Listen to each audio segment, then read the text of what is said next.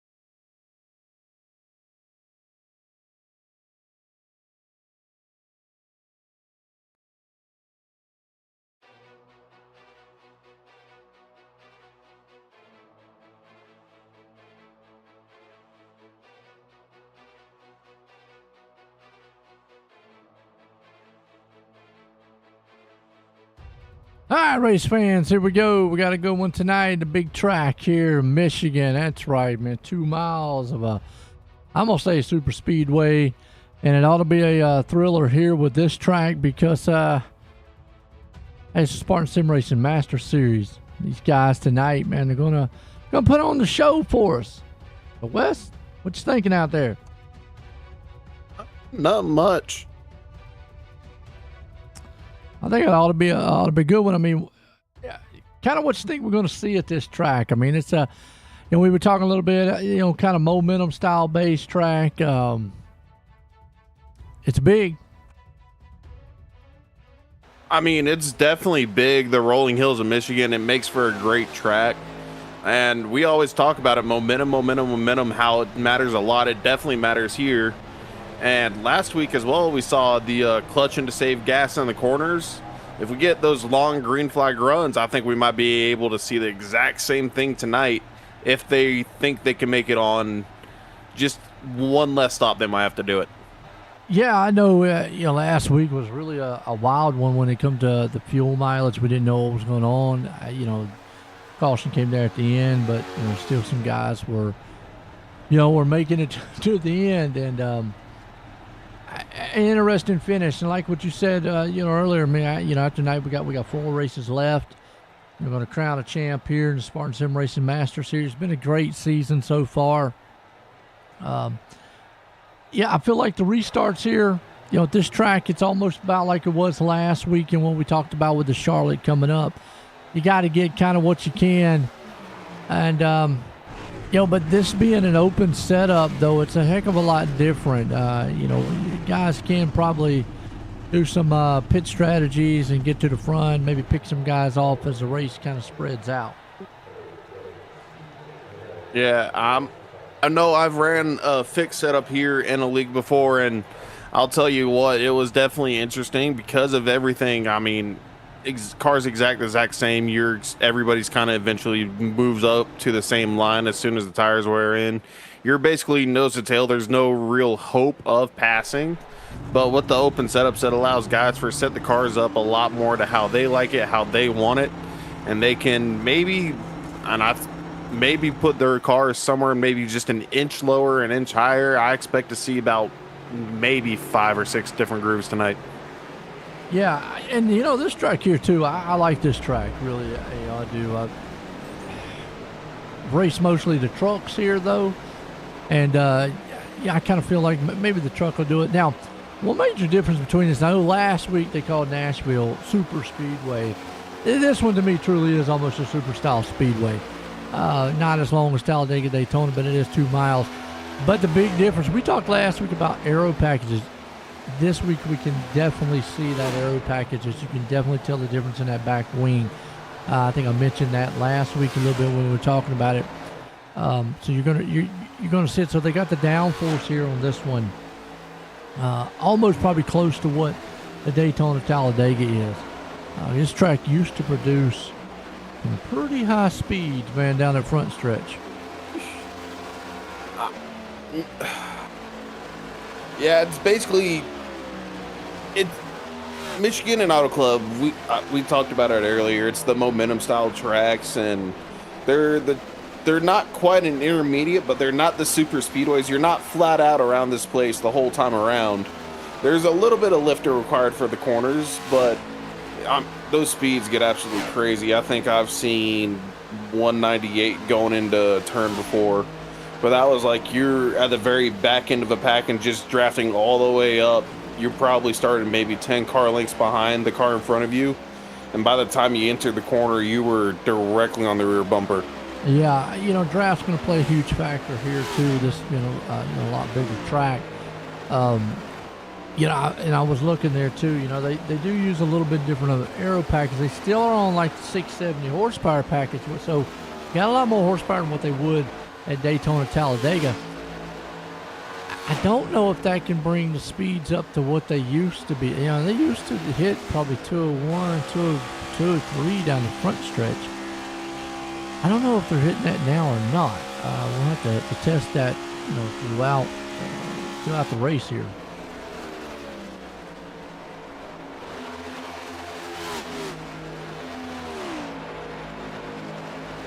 You can see in that far corner there what maybe Genningsman hits here on the straight. 192, 193, 4, 5, 6, 7. You got 196. So yeah, they're not anywhere near what they used to be.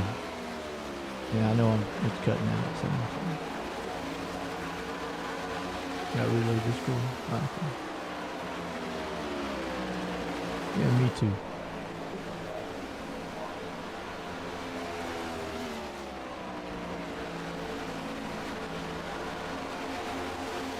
All right, well, that should be a lot better now. Sorry about that, folks. But yeah, we were just talking about that, and the old style days of Michigan. These days, man, we flat out fly. A little smaller field. I mean, going towards the end of the season, some guys are on vacation. Some guys are out, but still, we still got respectable of a little over 20 cars out here. It's about what we had last week too. I know, Clore, you said you was going to miss this week, unfortunately. Although, getting up there last week, close in the points, I think that's what's going to be, excuse me, sorry about that. I think that's what's going to be close. It's going to be a close battle between y'all two, points-wise. And we'll definitely have to check that out as we're getting closer in. And actually, we can probably look. Welcome back.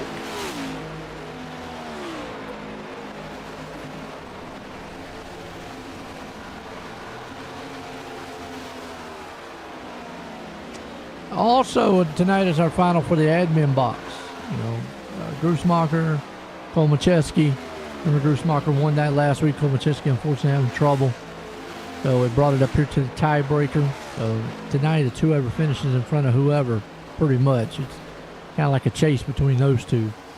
We'll have to see how that plays out, too. We're getting set here to go. We got a little warm up here tonight right now. We're just waiting for, some of these drivers out here trying to test the waters of the track. Nice little paint jobs, too. We're talking a little bit about the standings. I know Clore's out there, and I know he's going to miss tonight, but Clore does have the lead. It's 808 to 799. It's going to be close with Kolmacheski there. Even if, Kolmacheski definitely going to leapfrog back in front of it, I still feel like it's going to be close between those two. Carr, long shot, but he's I guess mathematically could happen. Let me pull that up. I mean, Yeah, I've got it. you can get a max of 64 points a race, he's 4 races 7-10. left. So as long as you're within 150 or 256, you mathematically still have a chance. Okay. Yes. Yeah, all right. He's going to have to finish some races up front. And that's all obviously Kolmacheski having some problems, or Clore having some problems. Alex Carr sitting 710, 799 on Kolmacheski. So yeah, everybody 808. up to Bender still technically has a chance to get the championship. Him being only 236 out. So still anybody within that top 12, but I think the real fight is going to be, like you said, between Shane and Thomas. Yeah, and coming down to it like that. So, but hey, warm-up's over. We're going set to go racing Michigan style. And look at on pole, Chad Ginnings. Man, you know what? All season long, we've talked about that guy. Can he finally get, his qualifying efforts? And tonight, look at it. He finally gets it there. Let's see if we can stay up front.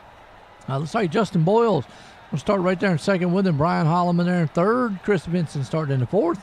We got John Bender starting in fifth. Mark Santes sixth. Greg Carr seventh. Dakota Jorgensen there in eighth. Timothy Latham in ninth. And then the man we talked about, Kolmacheski, right there. He's going to be battling for the Admin Box Plus, trying to maximize points here tonight over Clore. Starting in 10th, got Gerlach there in 11th. Thomas Stickers? Is that right? Hope I said it right. And back in 13th spot, we got Anthony Hammonds, Colton Gardner there in the 14th, Chad Kibbe 15th. We got Barker in the 16th. Medina sitting 17th. We got Grussmacher back in the 18th. And we got Nicotera 19th, Alex Carr 20th. JP Jones in the 21st. And Alex Carr back there in 20th. Brian Alphin 22nd. And Michael Seymour in the 23rd. So good looking field here actually tonight. Again, we were just talking about how much patience you're going to have around this track. But, man, I tell you, the talking point there, wow.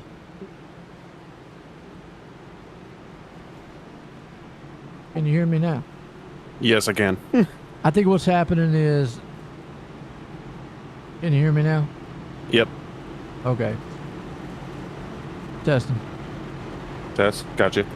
Yeah, I think what's happening is Discord's losing when I switch to a different one.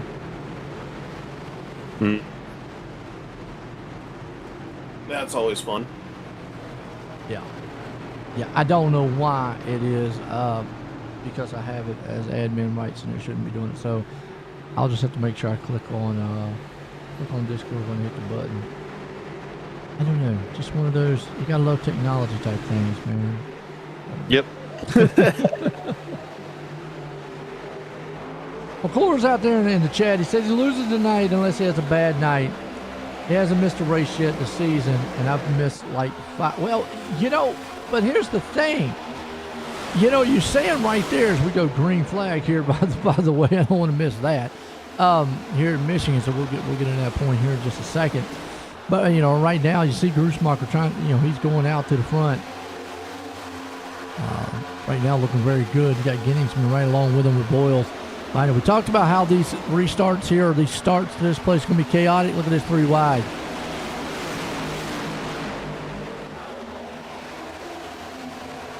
That is so dangerous early on. And Hammonds, I mean, he absolutely powered around him as well. Now it's going to be Gardner and Barker trying to follow him through. Yeah, still 3 wide back there. We talked about how you got to try to get everything you can on these restarts, because I think once they get spread out, single file, it's going to be really tough. We go back to that, we talked about how it had been a momentum style race a lot. And likely so. Now, again, with that said, too, being out front, clean air. They talked about that last week a lot. Clean air really helped them. I think here at this track, that plays dividends also. Yeah, clean air, it's always going to matter. It gives you the best chance to fully control your car. Now, your car can feel, and we've said this all season, your car can feel amazing in clean air. But if you're not in clean air and you get stuck behind someone, your car is not going to feel exactly how you thought it would have been, and you might end up losing a ton of spots just because you're not used to it. The car is acting differently, and you're now in the hornet's nest right here as we see 3-4 cars trying to battle out for second while Gunningsman runs away. Yeah, it is right there. When you see out front, man, Gunningsman got the lead. I see Boyle's right behind him. The battle's actually right here about fourth place spots. You know, Cole Macheski's trying to move up. You got Bender right there along with him.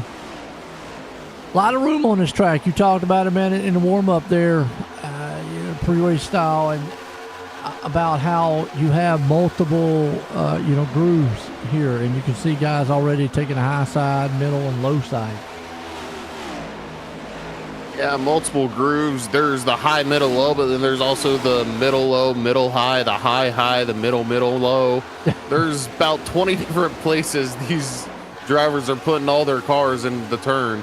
I don't think we're going to see exactly a single file line at any moment, unless we're probably talking very late in a run and everybody's just trying to conserve what they got. You know, and another thing there, you got Gunningsman out front. We've talked about how his qualifying efforts is. He's improved. Now he's finally put on pole. New to him here, is he going to run that car too hard? Does he know what to do to stay out there to conserve? I mean, obviously he likes what he sees in the rearview mirror there, Boyles and Vincent battling, because that's going to allow him maybe to just walk out and get that, like we just said, the clean air. I think Gunningsman is going to stay what he's done all season, and that's just be patient. Don't run your car out too much. I mean, we've seen how well it pays off with him coming up through the field and being out front in this clean air. It should definitely, in fact, help him a lot more, because that's going to be nice, cool air coming straight onto your brakes, onto your tires, and just letting the car handle a lot better as the run goes on. Yeah, and he looks smooth out there right now, and the car's acting great right behind them. Vincent's able to take over that second place spot. You got Boyles there too. Holloman, he's in the mix a little bit. Cole Macheski's trying to move up through the field. He's using that high line, Kibby, but you can again see just, and right there's a good shot of how the momentum is. You mess up just a little bit, and the guy on the outside can just get a huge run on you. The run's absolutely insane. Cole Macheski, who's center of the screen right now, showing you exactly what the top can do. He lags back throughout the first half of the turn, but then on corner exit, he's just got a rocket ship down the straights because of all the momentum that comes his way. And you can make good time up there. You can get the passes done. I think that's where we're going to see a lot of the passes made tonight, unless somebody absolutely dives it off to the bottom of the corner and makes a slide job up. Yeah, and that's something we might be able to see even later on here, is it kind of fanning out single file up front. You see you got to go kind of all the way back here. There's Grusmacher, by the way. Him and Cole Macheski got that battle for the admin box. Has been a heck of a battle for that in the tournament. Come down to those two guys right now. He's back around about 12th place spot. Let's see, Stokes and all them. That's where a little bit of a battle's going on. Latham is in the middle of that with Bender. So a lot of these guys, real quick, man, got to find out what's Alpha in. He's in one of the Marlboro cars. There you go. Good old Jose Medina always gives us a good car to look at. Yeah, I love the Marlboro cars. I like just all the paint jobs. The red one, the gold one, the black one. I just love all the paint jobs that those cars, man, have. Right now, a good battle going on back there. It's around about 18th place spot. You got Alex Carr. We just talked about him in the points. He's really going to have to show out, get up front if he wants to have any chance. I mean, because right now, Cole Macheski doing what he did last week, just coming through the field methodically and trying to put himself in a place, but then trouble happened late in the race, got in the wall, hurt the car. Not trying to curse him, but it could very much be the same tonight. I mean, Cole Macheski battling for the championship here against Shane, who's in chat. He's been good around all season long, as Shane said. But it's always just those little things. If you hit the wall once, your car might be fine. Hit it again, it might be fine. But if you keep on hitting the wall in the exact same place, eventually the car, it's gonna not quite run how it has been. Because now Vincent, he's all over the rear. Chad Ginningsman for the lead, gonna look to the inside going into 3. Yeah, right now, like you just said, man, that's those guys, man, side by side. Ginningsman up front. They ran him down real quick, and that's what I was kind of looking at. Did he use up a lot, man, getting way out there in the front? You know, not to say he's not used to being out, you know, out front or leading or anything, but you know, not used to putting on pole, and maybe saying, okay, I'm used to coming from behind, you know, and coming through a field, then rather than controlling a little bit, somebody set the car up. Now at least he knows what it'll do on a shorter run. Vincent right now has got a fast machine. Komacheski, yeah, who was that? I think Boyles got loose through 1 and 2 there and got into Kibbe. And now everybody's stacked up. Here comes Grutzmacher.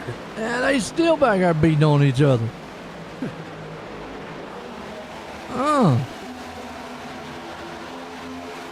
Got some close quarters right there. Look like Holloman. Like Holloman there.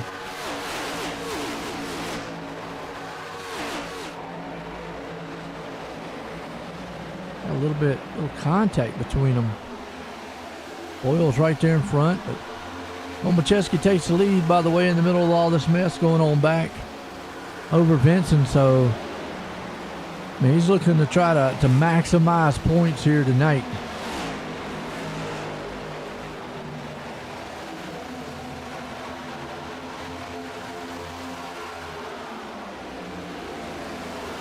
Still a great battle though right here.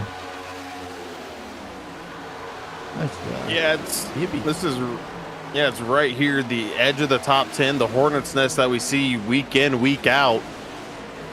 And it's typically the same guys around here. I mean, you've got Boyles, Kibbe, Holloman's there, Grutzmacher. Hammonds is right there as well. Some of the guys that we know sit right around this area, just nose to tail, not able to get off each other. Yeah, this is kind of typical Michigan right now, you know. And like what Clore said out there, to save those tires. I think it's going to be a combination between tires and fuel. We'll see tonight. I mean, you know, we go back to, you got plenty of room at this place. And, you know, you're not going to kind of see, you know, squeezing a lot unless you want to try to squeeze that guy down on the inside and hold him down a little bit, because he's definitely going to need to wash up the track coming off the turn. But what's that? Someone way off the track down in the background? I think it might have been JP. I think JP was way down almost into the inside wall off of 2. Find it here.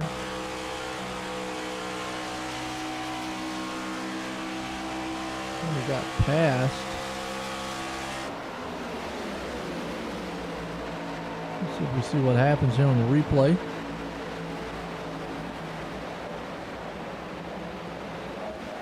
You know, even Clore said right there the car could get a little loose, and that's actually looks like what happened. There it is. Loose coming off the turn. Good thing you saved it though.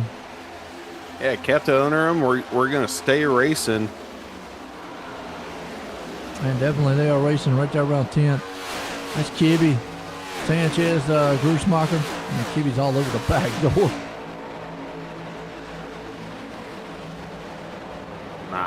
He's going to have the momentum here. Look at that run around the outside. Sanchez is going to try to follow him through. They both should have cleared Grutzmacher before 3. They do. Grutzmacher going to pull up behind him and just ride the momentum they got. Now, is Michigan one of your favorite tracks, or do you really enjoy racing in here on iRacing? Haven't ran Michigan much. I think I've ran probably about 5 races on it. Okay. I do love the track though. It's extremely fun. The high speeds make it interesting. And if you've got the car set right going into a corner, if you're on fresh tires, you can flat out the whole way around. Don't always recommend it. No. I've also ripped it around here in an IndyCar before, and let me tell you that oh, it was dangerous. It was scary. The bumps there from the exit of turn 4 all the way through the tri-oval to the entry to turn 1, just wanted to take your car to the infield every single time you hit them, to the point where you didn't want to run the bottom, but it was still the best way to maintain your position. Yeah, and you can see right now, Chris Vincent does not want to give Cole Macheski any break up front. He's trying to see if he can take the lead. He goes down the inside. What's up, Sophia? How you doing out there? And Vincent right now is going to use that slingshot move. Takes the lead back from Cole Macheski. And Genningsman, he's not faded back. He's still right there with him. Bender right on his rear bumper as well. You're right. The top 3 guys look like Cole Macheski's going back to that top side a little bit. You're talking about Bender. He's right there too. Now he's on the back door. Genningsman. We'll look to see if he can get it in there. They're running this track. It's almost 2 different ways you're going to run turn-wise. I think eventually you're going to see them go up one groove right there where that black line is. Kind of 1 and 2. We'll see what happens when they come into this turn here. Or they're going to go all the way down there, or they obviously go high. It's a lot different, though. You can see, right there the difference. Cole Macheski goes to the black line. Vincent goes all the way to the white line. So just one goes maybe one up step, but it's a lot different from the fixed series as opposed to what these guys can do with an open setup here, when they can set the car up pretty much how they like. Yeah, and the fixed, I think you're spending about the first 15 laps of your run. You're on that yellow-white line on the very bottom. Then you're slowly moving yourself up the track to that second groove. Then you're up into the third. And about the time you'd start running the fourth is about when you would have to pit. And then the cycle just repeats. Yeah, and right now what we're seeing is guys that just have the car set up. And Cole Macheski, obviously, he's got it set up to where he likes that middle to high groove. Vincent is able to run on the low side. Bender's actually coming on strong. Got a little bit longer run style setup. It looks like he's back up to third. He's got more of a medium, low middle style run to him. Genningsman's kind of right there in the middle, and then you see Holloman going way up high, and he's going to get a heck of a run coming off the turn. Yeah, both him and Boyles almost, I'd say they had probably a foot between the right side of their car and the wall through 3 and 4. Not quite as high through 1 and 2, pinching it a little lower, but still probably the 2 highest we've seen in the turns on the track right now. Yeah, and a lot of this, the passing you're going to see is not so much going to be side by side, maybe on restarts or when the new tires or something. But after a while, it's going to be kind of like this. You're going to see a guy making like a slingshot style move around. As you can see Vincent right now, and he's got Cole Macheski. Macheski's going to get like a run with the draft. And if he'd have caught him at the right spot, he might have been able to sling up. It looks like Vincent went up high, though, that time. Maybe to block that little bit of a momentum run. Just a little bit. It's not.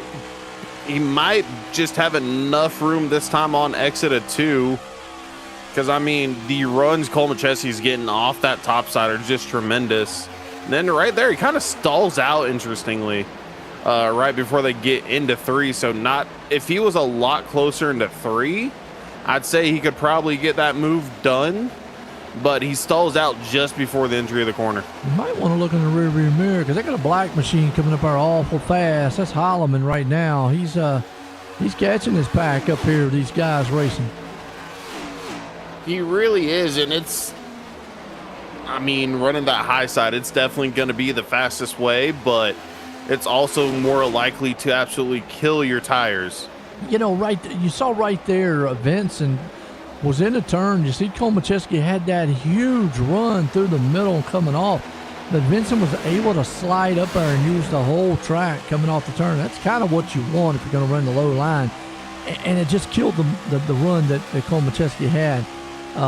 So ideally, Cole Macheski is going to want to try to get to the outside of Vincent before they come out of this turn, maybe like right here. And he's so close to doing it. Oh, he's going to be there that time. Oh, Nope, not quite. He's gonna try to tuck in behind real close. Top 4, nose to tail, almost no room between them. Then you see him set off into turn 3.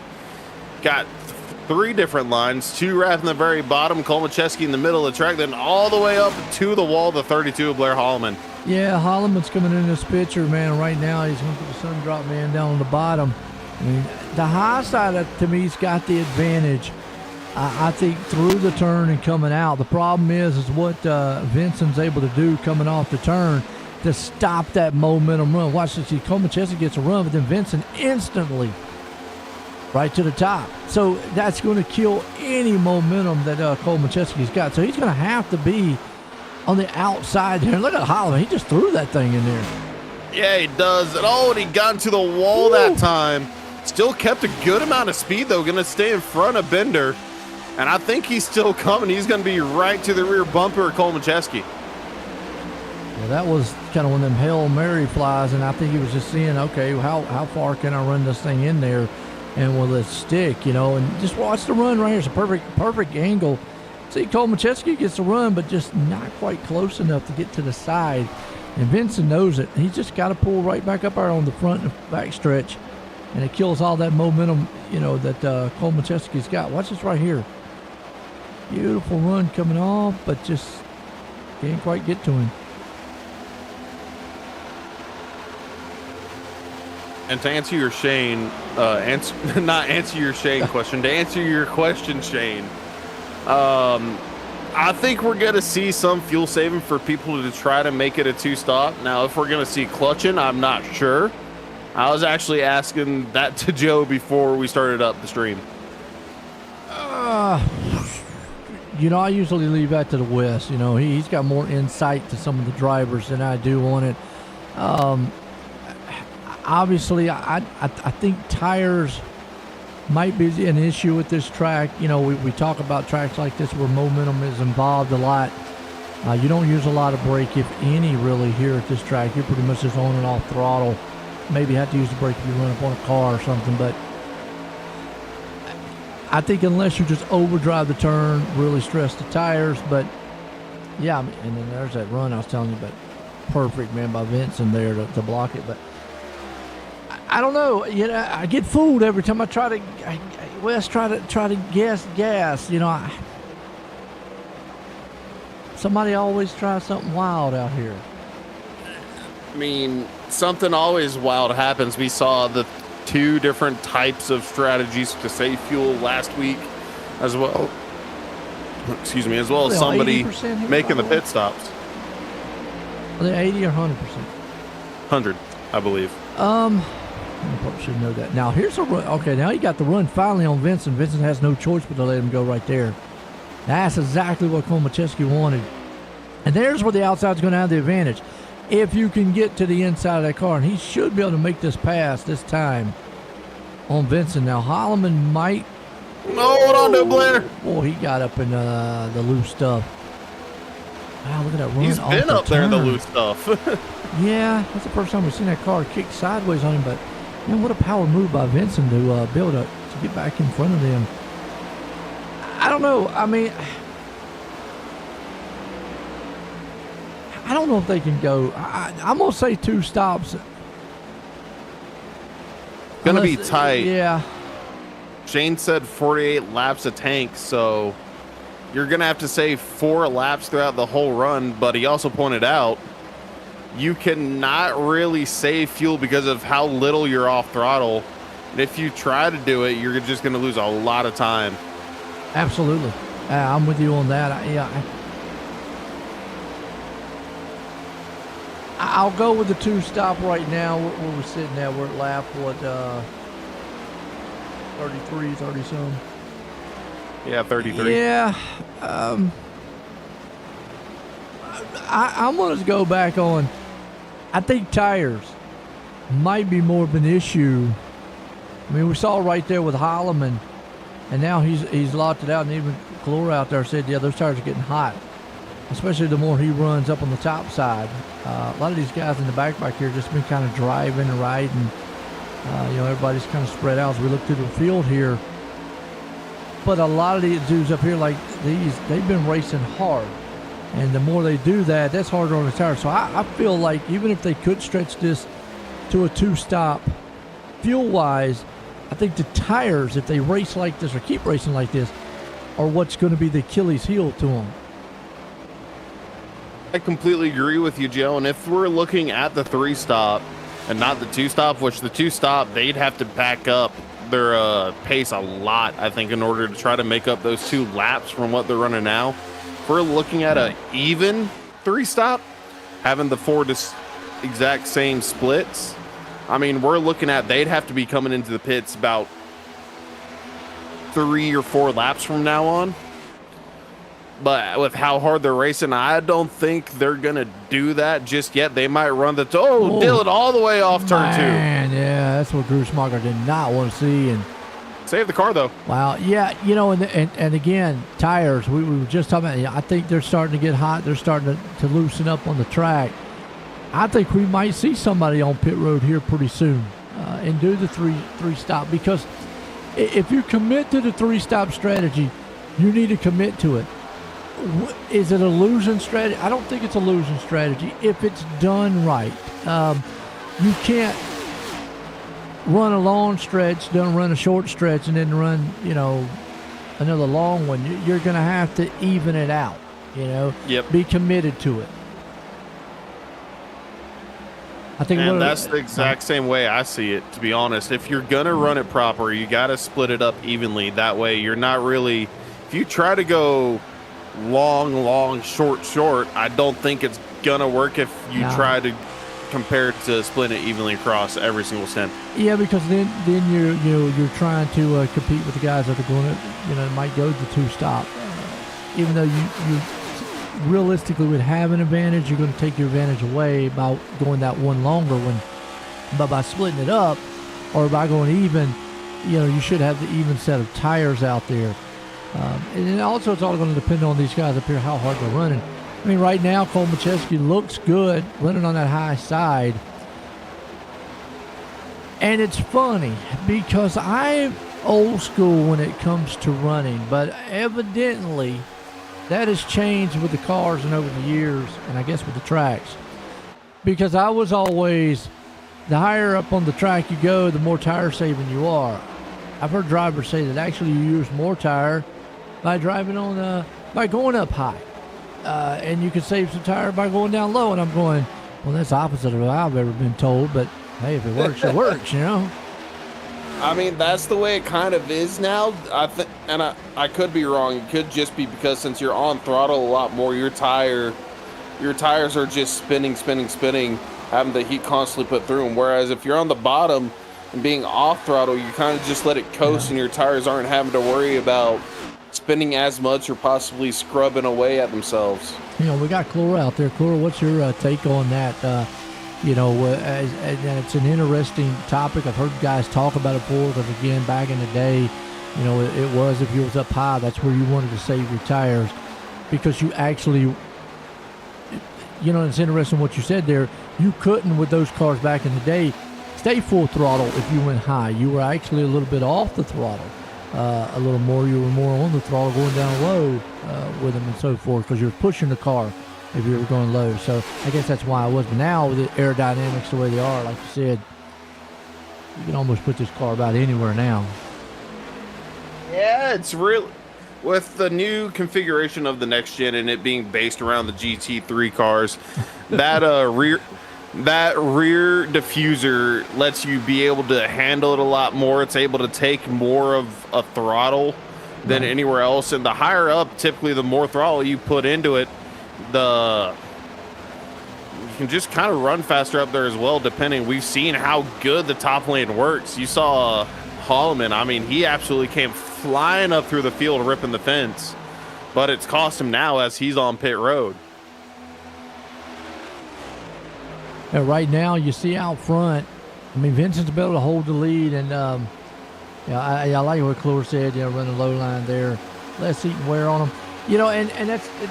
But it is contradicting of what it used to be, and I guess again, like I say, technology and difference of tires and difference of tracks, obviously difference of cars. I mean, the tires what they were 35 years ago or whatnot.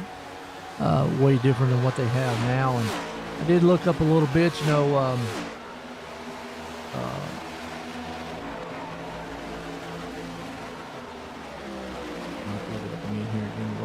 but I mean, I've heard what you've said there, Floor, running on the low line, definitely. But you can see here, running that high line, he is definitely getting way more momentum.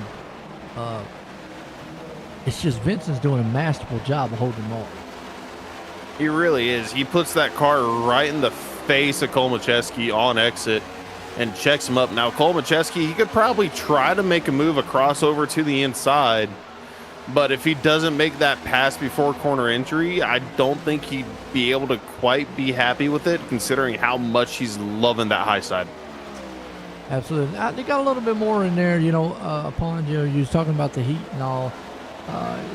Getting a little more technical involved in what the conversation was talking about of how these tires wear. You know, running higher on the track with a NASCAR Cup car. You know, the larger turning radius obviously is one thing, which, you know, the longest way around the track. But it also says it increases the G-force of the car and the need for greater steering input, which is really interesting because you would think it would be the opposite. Because you'd have, you know, forcing down low, you're turning more. So that's interesting that going high, unless the car's just tight, you know, if it's tight, then yes, you're putting in a lot of wheel because you're trying to keep it off the wall. But that is interesting, Wes. That's hey, look, I guess it's one of them physics things again, you know, just can't explain it. One of the Duffy's also throttle, whereas the days you had to, you know, I think we talked about the aerodynamics of this car last week a lot. Here at this track, they are running a little bit bigger, wing than what they did at Nashville. They are still running the 670 horsepower package. I did look that up because they do consider this an intermediate track, but it's 2 miles. To me, it's still a super speedway. It ain't an intermediate track. Yeah, that's what they could. Yeah, I'm like, yeah, okay. But I'm with you there, Clore. That the diffuser and the underbody closing it off obviously makes the air just smooth right up underneath the car and out. And in a GT3 car, yeah, if you take the diffuser out, that rear end's going to want to wiggle real hard. It's not going to want to plant. It's going to be a whole different animal of a car. Even if they left the underbody closed like they did. If they took the diffuser and the splitter off these cars would run totally different. 100%. Yeah, it would almost be, it wouldn't be like the older car, but it would probably be about like the Gen 6. It would be close. It would still be a very rigid car because how it's built, but handle-wise, yeah, you would have to drive it then. I'm saying this as well. That diffuser is, I think, where a majority of the downforce actually comes from. Yes. The splitter heights, that changes downforce levels as well, but the diffuser does much of the work, keeping that rear of the car absolutely glued down to the track. Kolmacheski, first of the leaders, and a lot of people following him in. There's Boyles. 48, yeah, you called it, 48. Hibby, Carr, Gerlach, both cars, Gardner, Barker, Grutzmacher, Medina, whole bunch of cars into pit lane. So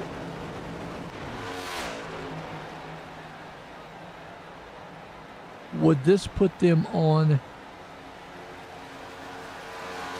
this might put them on a 2, it's going to be close to 2. It's going to be close to 2. They're going to have to find a way to save around 4 laps of fuel.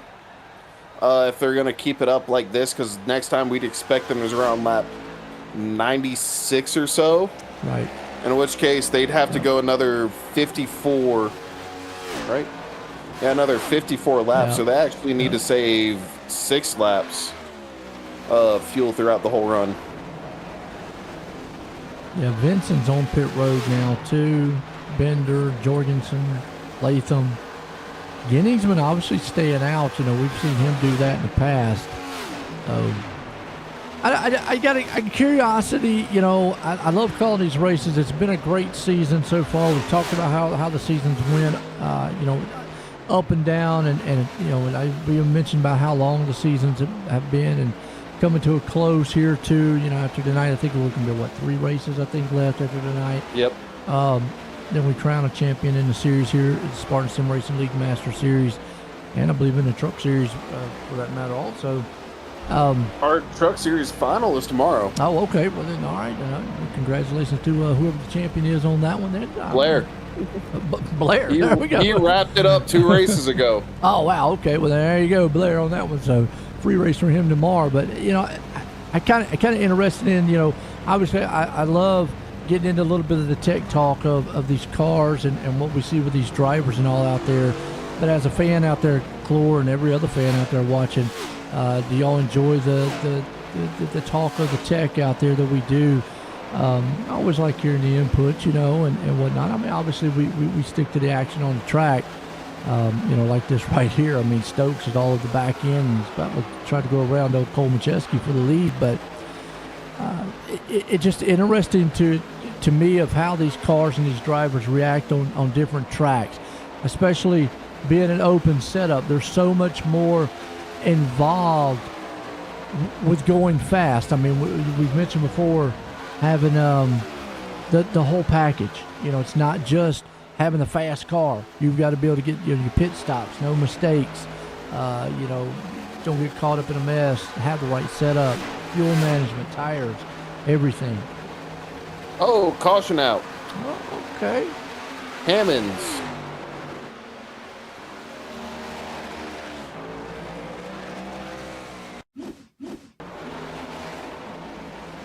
Let's see what happened to him right here.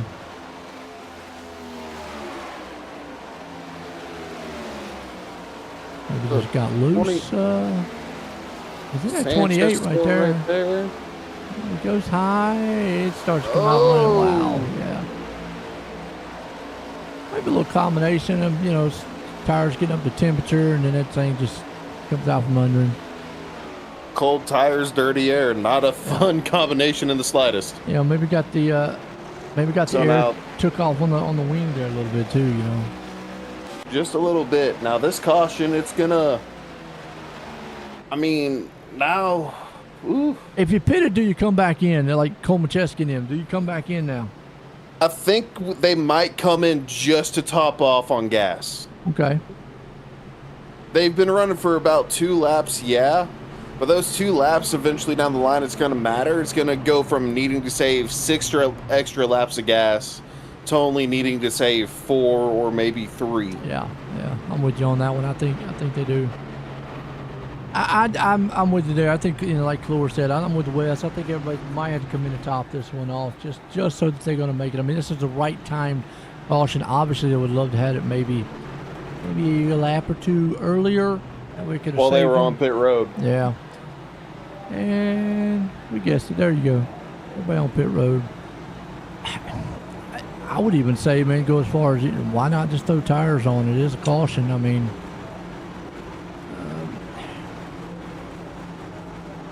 2 people staying out, Latham and Sanchez.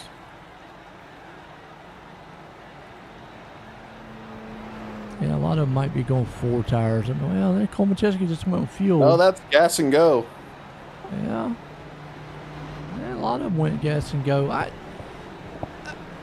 mean, it's not a bad move either way. I mean, I was just saying, if you're under caution, why not, you know, go to the tires? Yeah, 2 tires. We did have a pretty good long green flag run, so 2 tires definitely. I think, you know, you got to fill up fuel, which at that point you didn't have to fill it all the way up because you just came to pit road. Just to give you an idea, they only had 5-second pit stops, so it's kind of like half of what it would have been for a full fuel pit stop. I think it's around about 10-12 seconds or so. Now, a couple people, they did get tires. Seymour, I think he came around lap 38, so it was around, well, not quite, but He was on and the him are oldest set only of two. tires. Yeah, Stokes and him, the only two looks like there was. Stokes also did, yeah, that, and then of course two staying out of Latham and Sanchez. So a couple people on fresh sets of tires. Everybody else only went gas. But we're talking about a 3, 4, maybe 5 lap difference. Yeah. So maybe not gonna matter in as much as they might have if we had, say, 10 or 15 laps. Yeah. Now, we've talked about this conversation many a times. You got a car out front, you're leading, it feels great, but you know you got to change something. Floor, gotta hear your, what if you were leading like Vincent or Cole Macheski, what things would you have done to maybe try to improve on that car? Because they looked like they were running pretty well up there. They weren't sliding, they weren't losing it. It looked like they could put it high, they could put it low. Man, it's a conversation, Wes, me and you have had, time and time every week. Yeah, that's always a fun conversation to say the least. I know I'd always want to be changing something. You don't want to fall behind the track. You want to stay in front of it, maybe. Maybe loosen it up a little bit or something. I don't know. I don't know about loosening it up. Well, that's a good one. Yeah, we don't know that part there, Clue. Let's just say average wear. Let's just say, I don't know, whatever the average wear would be on one of these cars. But obviously, Vincent and them had a very good setup to keep up there. But here we go. Lights off on the pace car. We're going to go back green. Going to be Latham, Sanchez up front in this one. Now, they did not pit. Only got a couple laps difference on the tires, so they, we'll see if the clean air really helps them. Green flag back at it. Latham gets the jump. See Sanchez right there. Look, everybody spun just a little bit. Komacheski's right there up underneath him. I know he loves running that high line, but with the new tires, he's going to be able to stay down low with this one. Yeah, and there's a great jump by Latham, but Komacheski, he's already going to be there to the inside quarter panel down the backstretch. Side drafting going into 3, probably going to absolutely send it down into the corner. Vincent, though, he's going to have to follow Latham all the way up to the top of the track, going to try to run the momentum high line. Holloman still all the way up next to the wall, though. Yeah, and that just shows you, man, right there, he made a clean pass on him, but it still took him about quarter to half a lap to do it, so that's all about the momentum of this track. Vincent right there on his back door, though. And we'll have to see what Vincent's changed, how that car's going to look. You see Genningsman back here too. Give him an opportunity, as unfortunately Sanchez is going to pull back. Here comes Bender. Going to kind of push just a little bit.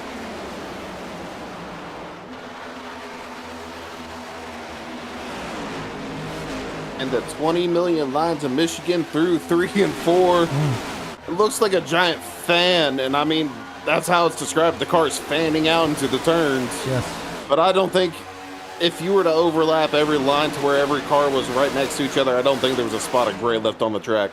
Yeah, and it's awesome to see, the multiple lines, because that's something some tracksmen unfortunately get caught up in with. You only got one groove. It's really tough to pass, especially kind of the momentum style based tracks like this. Once you get out front, it's really tough to pass because there's only got one groove. Here, you're able to use that high line, low line to hold a guy off. And like we said earlier, Vincent was doing a magnificent job of holding Komacheski. Now, the order's reversed, and the problem is, look at old Vincent now. He's able to get to the outside of Komacheski. And Chesky's not going to be able to do anything but just let him sail off into the sunset. Look at the run he gets off the turn. Not even off the turn yet. That was just through the middle of it.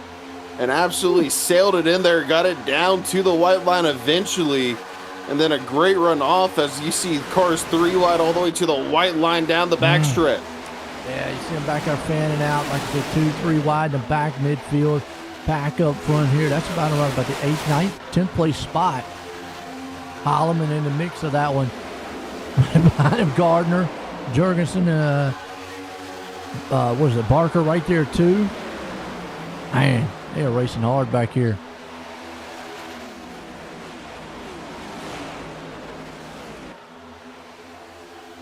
contacting the wall there.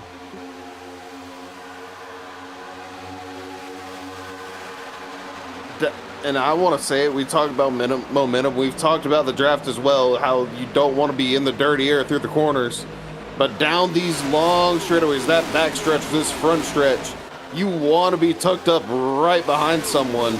I'm weighing probably within the final 20 laps, if we've got it where there's several cars lined up, I expect to see a snake eventually down that back stretch. Yeah, I mean, we're going to see Vincent hold them off. If the guy's got a run coming on that outside.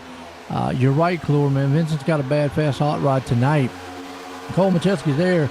And, I got a feeling on the back of your mind, though, Clore, you've got to be rooting for Vincent out here to you don't want to see Cole Macheski win this thing and maximize points. I mean, he's already doing a great job on points-wise.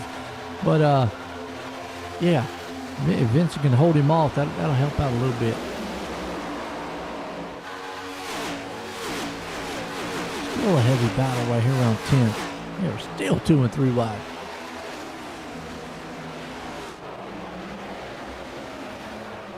Tyler, you're right. I think Jacob needs to move some spots up as well. Who's that? In the chat, Barker someone boy. said that there. Barker boy better be getting some spot. Okay. And there he goes down to the bottom. Well, he's up 3 so far, so it's not too bad. I mean, at least he's coming up there, and you see Alex up 8 right in front of him. He's trying to battle with him, but he's caught right there in that pack. He didn't want to wish anything bad on Thomas, but I wouldn't hate it. Oh, okay, I got you. Okay, we got what you're saying. I mean, yeah. You know, if he scrubbed the walls a little bit, you wouldn't be mad. Okay. I mean, there's respect between all these drivers, but there's still, I mean, that's his rival for the championship. You're not going to wish that he absolutely dumps the car. Yeah. But you're also not going to wish he goes out there and wins it. Yeah, absolutely. I mean, he came to race tonight. I was saying last week he did too, just unfortunate circumstances. Got caught up, hit the wall, damaged the car there, and, whatnot. But tonight, definitely on point. Fast. Vincent, though, man, on another level right now. I mean, I am impressed by Bender and Genningsman. We've talked about it throughout the season, and I like, seeing it, guys improving throughout the season. Obviously, you've got your Cole Macheski's, you got your Vince, you got your Clores, you got all those guys. You see them up front week in and week out. But there's guys that we see improve. Boyles won. Struggled qualifying. Looks like he's tried to figure that out now because he's always had fast cars coming through the field. Now he's able to start up front and stay there. Genningsman's another one. Stays in the back, very conservative style driver, usually waits, comes up through the field, somehow makes it there at the end, top 10, whatnot. Here showing hey, look, maybe I'm going to work on my qualifying effort. And that way, I can make up some ground out here.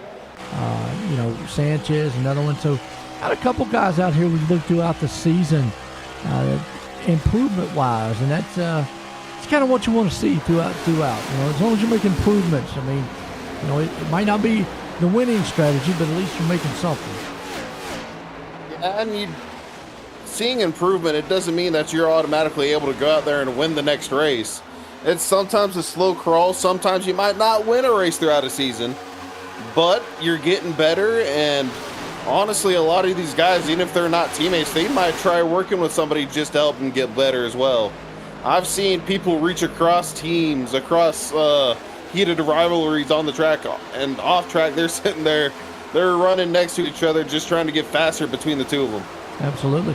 Talking about Grussmacher, we got the admin box final right now. Cole Macheski and Grussmacher back on that one out. It almost looked like last week, same scenario. Cole Macheski was up front running, pretty much almost going to be a done deal on that until he had trouble. Grussmacher's already been up here, though. He's up 10 spots. He's sitting there in 7, so he's not out of this thing quite yet. Remember, he almost he got a little bit in trouble there earlier on. Got this thing, man, looks like on rails, trying to get back to the front. Again, we just cannot stress enough. This track is hard to pass. It's hard once you get going and everybody gets single file. It's tough to come through the field here. you're single file, the pack even spreads out eventually. I mean, look at the gap. You've got the top three, one on top of each other. Then you've got Ginningsman, who's a solid second behind the third place car of Bender. You get single filed out, you get spread out, and it's hard to pick the cars off one by one if you don't have maybe somebody helping you in a draft a little bit further up. Aggravating there to Cole Macheski. It's got to be. Every time he gets that run, Vincent's able to shut that door on him. And as a driver, you're like, man, if I could just get just a little bit more, I'd be able to get around him.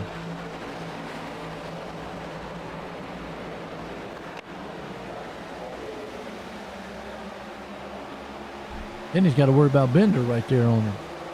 Yeah, eventually, I mean, Cole Macheski's going to have to start making a different type of move. Now, his car is absolutely running beautiful, but Vincent's just able to cover it off. He's going to have to do something Vincent might not expect, and as we're talking, he's right there up into the wall off the floor a little bit. No harm, no foul for now, but eventually he's going to have to try to make something else, get Vincent to start thinking possibly. But as you also said, Bender's right behind him. He can't do anything too egregious, or he might slip back into third behind the 13. Yeah, absolutely. So right now, it kind of looks like the ride and the battle right behind here. Man, you got Boyles, Ginningsman. That's Hammond's right there too. Good little car tonight, man, in the Yoo-hoo machine there for old Boyles. Yeah, he's been running it a lot, and it looks really, really nice. I like that. Ginningsman stuck with his famed Reaper machine.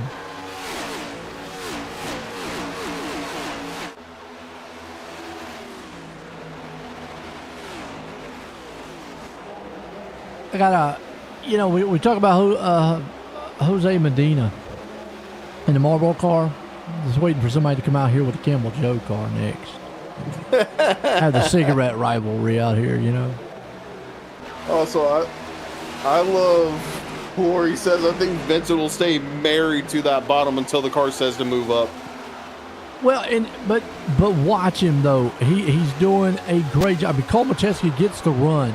Watch right here. He gets that run coming off the middle of off the turn, but he can't get to the outside of him. I mean, like right here, not quite close enough on that time, but the next turn here, and you see Vincent is able to close that door, and then that just takes all the air away from Cole Macheski. Right here is going to be a good one. He's going to get a run coming up here, but not quite close enough, and then Vincent's able just to slam that door on him.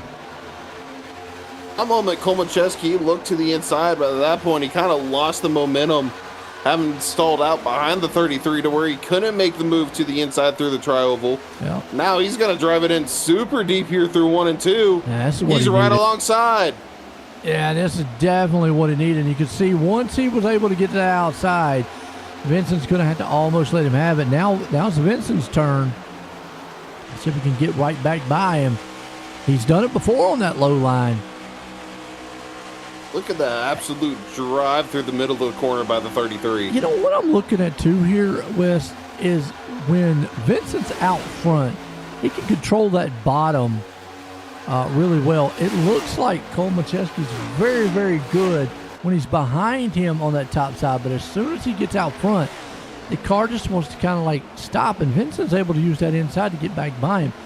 I don't know if that might be just an aero thing, or with the car or whatnot. I mean, he's been able to hold him off right now, but you see how Vincent's able to drive right up underneath him.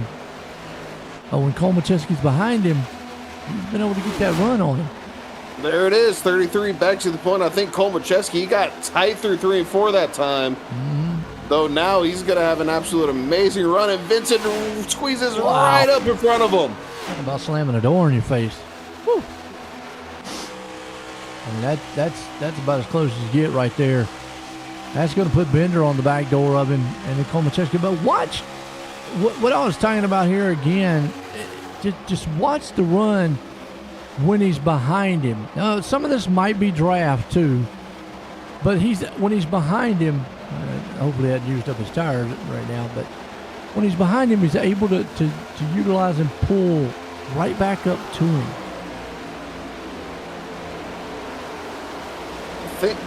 think some of it might be draft, but a good amount of it, I'd say, is still that momentum off the top lane.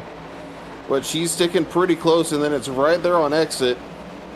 Vincent's going to come up in front, and down the backstretch, it's kind of stable. Cole Macheski gets a little closer through it. The main run's coming down the front stretch out of 4 into 1. Yeah, right here. What? I mean, you can see that run to the top side.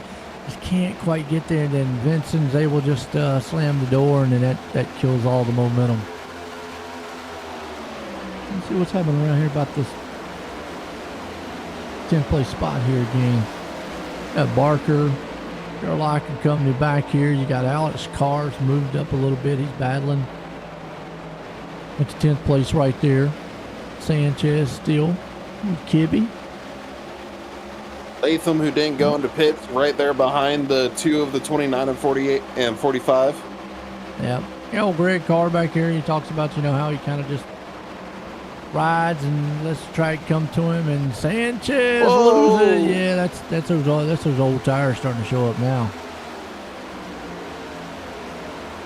Everybody able to avoid them?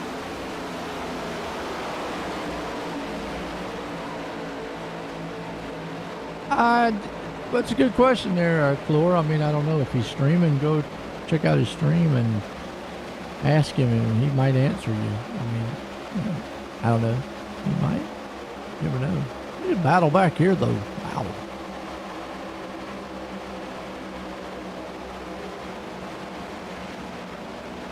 And you would think a race like this would fall in the favor of a guy like Greg, who says he pretty much just kind of sits back, lets the track come to him, very conservative. The problem is that clean air is so crucial here. Even though, yes, saving some, you could, but it's almost like that Auto Club effect. Track position really is crucial at this place.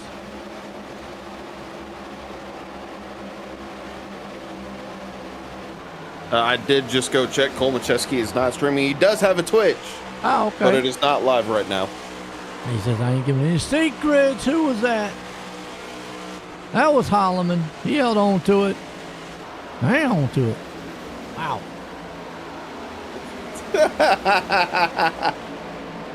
I'm sorry. I'm on the radio. Kibby just said that was scary. That I just hear Holloman say, "I'm a cowboy, baby." Absolutely, and he's riding a big horsepower bull right there too, man. A mechanical one. That thing was all kicked sideways on him. Wow. Woo. Hang on to it. And we saw that through the first run with Holloman as well. He was running right up against the wall since the drop of the green, and his tires just got overheated to where it happened to him. And I mean, he made a great save back then as well, and I think it was off of 2 last time compared to 4 this time. We're getting close here, about 3/4 of this one here. Still battling up front there. Vincent leading this one. Cole Macheski there in second. Bender's there with him. Well, that's been a 3-car battle. Obviously, Cole Macheski has been utilizing that outside lane. Bender's been trying everything he can to the inside. Just can't quite close that gap on him. Been a good run here tonight, though. Been a very, very good run. These 3 have been the absolute field mark of the class. Just sticking with each other. 2 from Team Watson, 1 from Team Birdie. And driving away. They've got 2 seconds to Alexander Hammonds in third, who's another Team Watson driver. Just absolutely crazy between the 3 of them. And giving each other, I mean, we've seen Vincent. I wouldn't say absolutely giving each other every single little bit of room as you can. As Vincent, we've seen he's pulled up right in front of his teammate time and time again. It's been a tight fit, but it's been open.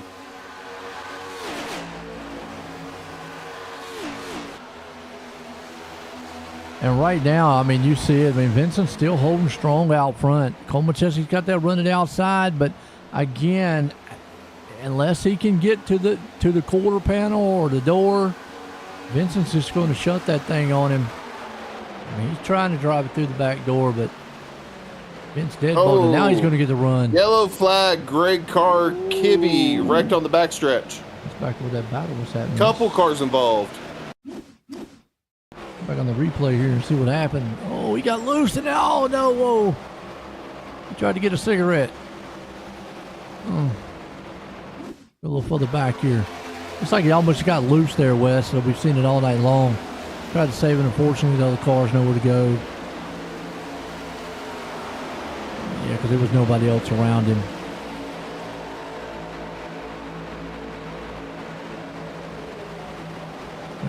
Oh no, it's a little bit of a hip check. Yeah, I still Jorgensen think was that reacting car. to Latham. I still think that car went a little wiggly on him. Some reason, I don't know. We'll can't get maybe a different angle. This might show us something here. We'll see. He went high. You see the bumps right there. Yeah, the car started coming out. Oh yeah, there him. he is. Yep. He's already snapping. Yeah, and then he just ricocheted off of him. That's what it was. Okay. Yep. So it was coming out from under him. And then luckily the other car there, if it wouldn't been for the other one down there on low, he probably would have went on around. Yeah, and then Jorgensen, he also kind of got spooked by the 18 of Latham, and that kind of hip checked the 25. Yeah, just unfortunate. So 25 was loose, and Knight got scared by the 18. Couple of things all piled together as we've got cars on pit road. Everybody's in for pit stops this time. Yeah, and kind of going to mess up their strategy. I mean, they're going to have to pit one more time now, so it kind of takes our 2-stop strategy out. You're making 3 stops at this point. Unless somebody's wanting to go about, what, 70 laps, 80 laps? Yeah, I don't think anybody's going that long. You'd basically have to have the car turned off halfway around the track. And at that point, you're going to go 20 laps down. It might work for him. What do you think? I don't think so, Joe. He's going to be about 20 laps down by the time the race finishes. He said, I'm going to come back that many and be good to go. So, well, what a race it's been so far, man, here tonight in Michigan. I mean, these guys have done an outstanding job on the caution, only made for the second time here tonight. We've had some very good long green flag runs. Appreciate everybody out there tuning, but I tell you what, good time here while we're in the caution. We'll step away, take a quick commercial break. Be right back here, folks. Man, don't go anywhere.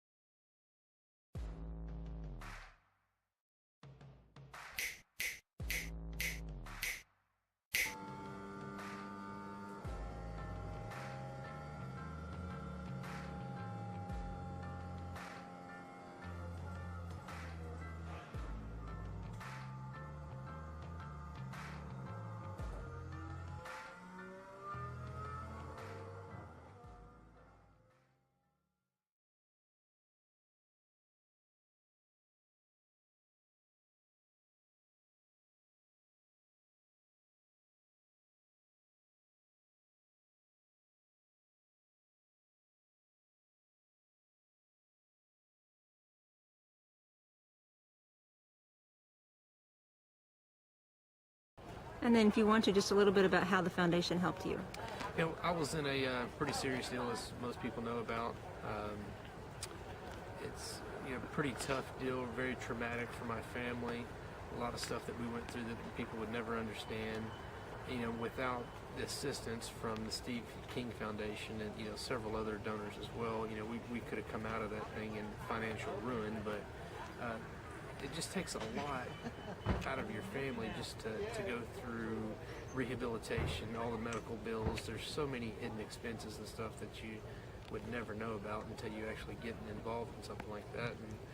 And even if you help somebody out with 500 or 1,000 or 100, whatever it is, it means a ton to the person, just to be able to live and to get through these things. It takes an ungodly amount of money, time, effort, patience, with the families, the doctors, to be able to get through a traumatic experience. And, with the Steve King Foundation, that makes everything a lot better.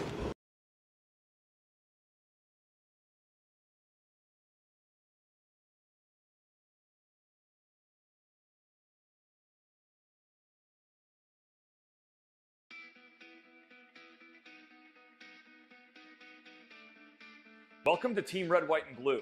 Thank you so much for joining our team. My name is Mike Irwin, and I have the honor to serve as the Executive Director. When I founded Team RWB in 2010, our initial focus centered on veteran transition and reintegration into civilian life. But as the large-scale deployments have slowed down, the military's ability to support reintegration has improved, hundreds of thousands of veterans have used their GI Bill, and companies have prioritized hiring veterans, the overall mental, physical, and emotional health of the veteran community still has a long way to go. And Team RWB has a major leadership role to play. And that means that we need you. We need you to close out this video and to know that you didn't just join a listserv or download an app. You joined a team composed of real people, over 200,000 strong, who are veterans on active duty in the National Guard or reserves or civilian supporters. And these people, who we refer to as the Eagles, want you to get involved in Team RWB. Why is it so important for you to become an active member of the team? Because when you do, we know that it will improve your mental and physical health, help you to develop new and meaningful relationships in your life, and provide you with a sense of purpose that comes from belonging to something bigger than yourself.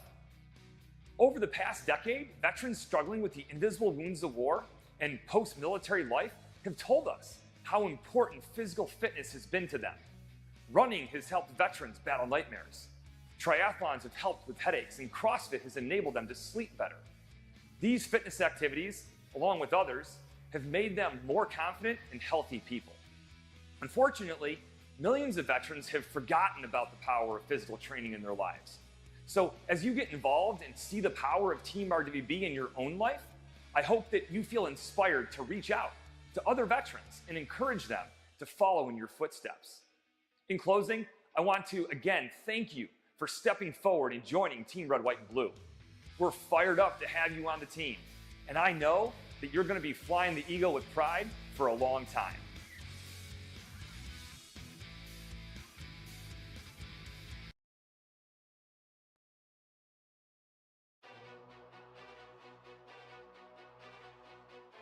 All right, we're back here, folks, and under caution right there, and let's take it back and show you what happened, and then you also saw right there during the commercial break, Komacheski smacking the wall really hard, and he's coming on pit road, but the crash back here, unfortunately, Alex Carr involved in it. It happened in front of him. You see right there, Komacheski hitting the wall, and I think it just stacked the field up, and it looks like, unfortunately, Alex Carr was just a product of wrong place, wrong time. The blue car, I think, had to slow up, kind of got him. When Komacheski hit that wall, you can see it right here. I think it just accordioned the field back behind him. It did, and it's right here off of two Komacheski's in the wall. There's Ginning's got into Boyles. Yeah, okay. Wow, okay, a little bit of contact, but I still think it made a little reaction to what happened. It was unfortunate for Carr there. And again, look at this. 2 weeks in a row. Now, Clore, don't get happy out there, man, and start doing jumping jacks, all right? No, do burpees. He must have hit it pretty hard because he's got some damage he's taking care of. This is not the way to win a championship, okay? I'm going to just go ahead and go out on a limb and say it.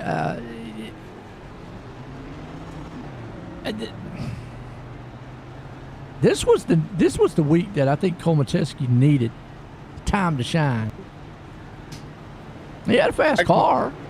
He has one of the best 3 cars, but like it was last week, it's keeping yourself out of trouble. He should remain on the lead lap here coming off of pit road. Yeah, he'll be fine. So not going to lose a lap, but he's going to be starting way in the back. And what we've seen all race coming through the field is very tough to do. I mean, he'll make some positions up, yeah, but just a tough thing to do here at this track, getting set to go back green. And we don't know what the extent of that damage was and how much fixing he got. If it hurt the steering, Because last week, even after he got it fixed, he still was off the pace. Because, I mean, if it hurts the steering, they can only do so much to get it back in line. He whacked that thing pretty hard. But time will tell. We'll see. It's set to go back green. And, man, just 2 weeks in a row right there where, I've talked all season long. I call it mental mistakes, on the track. Most of the time it's pit road problems. But it can happen on the track, just a little hiccup here and there. But sets it up for Bender out front. He's been right there on Vincent. Let's see now if he's got anything for him. He's getting set to go back green here. Michigan.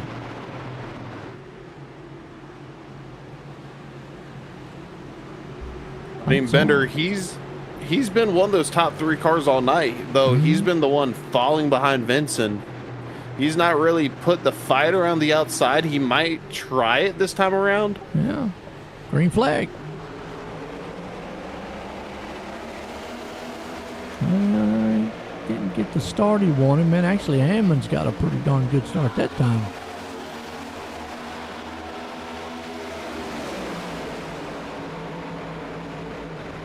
Cooler's not talking to us out there now. Staying hush on the matter.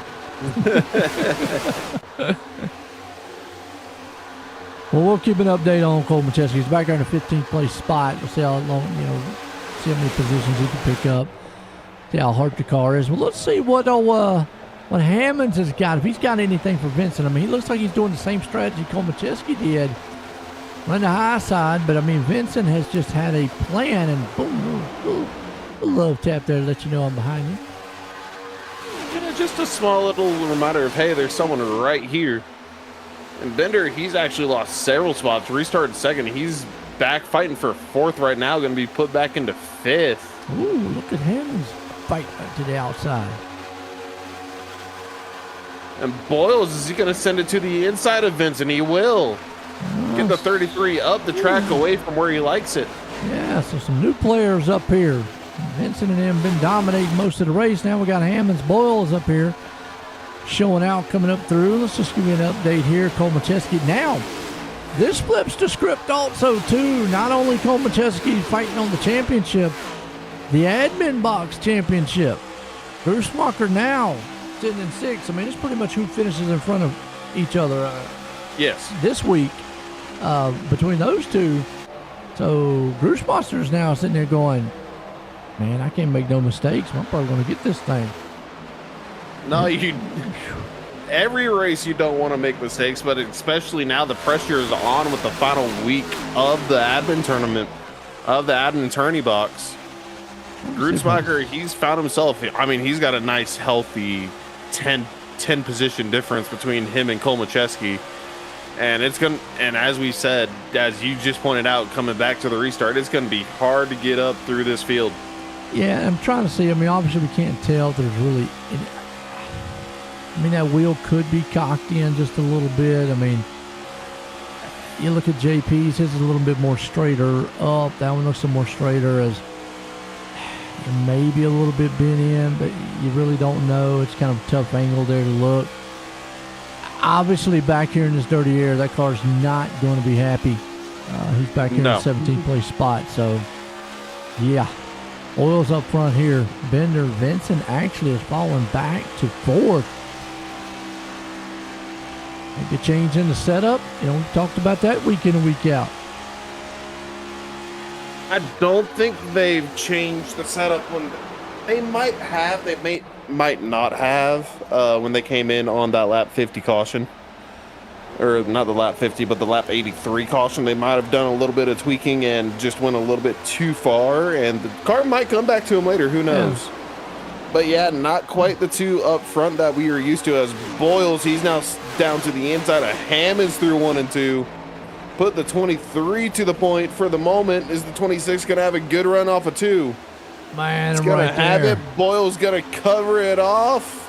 No, he gives him the space. Wow, and that's unlike Vincent, who was able to shut that door.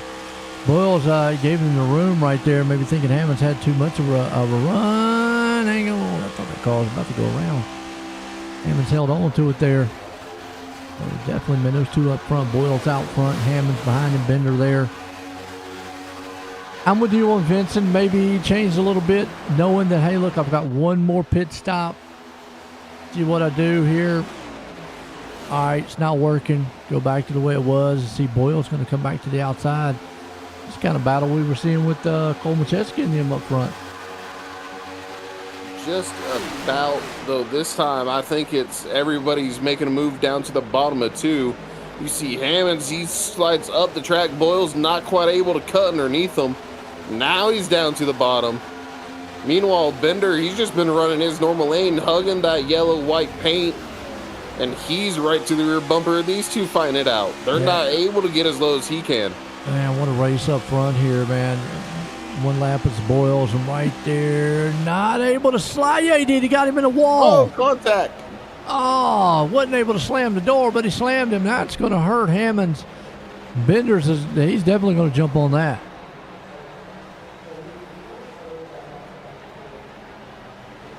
Now he's right up to the rear quarter panel of Boyles, packing air on it. And if they're not careful, guess what? The 33's back into the picture. Yeah, here comes Vincent. Now I'm wondering, though, man, if Hammonds, how much damage he got on that car. Whoa, Boyles, hold on to it. Huge snap through the middle of 1. Well, that Yoda wasn't happy.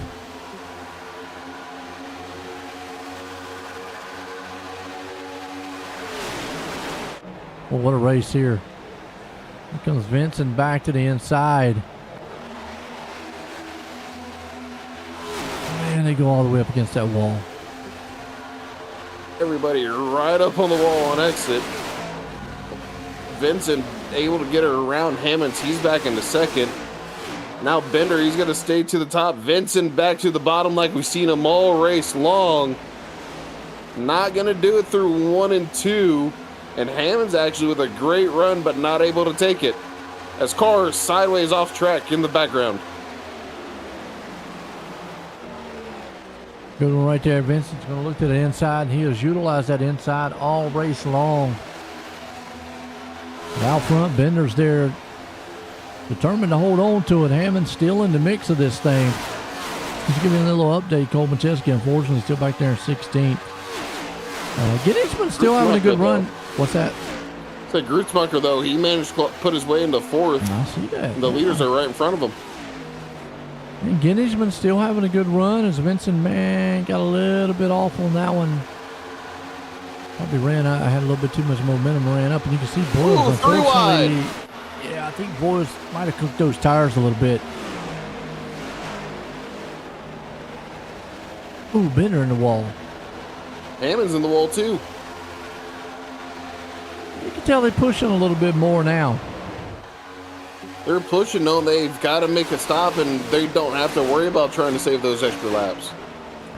No. See Vincent trying to get back to the point. Absolute run there, and oh, man, he got him loose. The shot from the 13 before the backstretch. Here comes Boyles now with an absolute send down to the bottom. You know, you don't see the bumper run too much of these kind of speeds, and usually that's why, because you end up could wreck the guy. Boyles sent it in so hard he scrapes the wall. He's going to knock the paint off the side of that and make that thing. He's going to be doing yoo-hoo around this track. That's right. And you can see, look out, they are racing hard. Vincent right there. I don't think you were able to fit a piece of paper between those two cars. No. Wow. That brings Stokes into the picture. Grutzmacher right there, too. Got a lot of drink cars up there. Yoo-hoo, Sundrop, and Gatorade.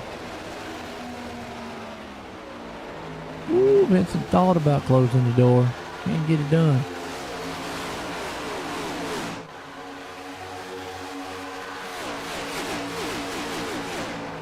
Well, Hammonds is loving what he's seeing. As he sees 4 cars directly in his mirror that he's got clear view on. Are they teammates, by the way? Hammonds, Vincent, they are. That's what I was thinking. Man. They just got 2 separate cars. You know?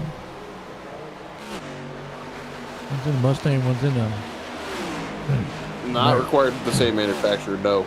Camaro, unfortunately. The Chevrolet ZL1.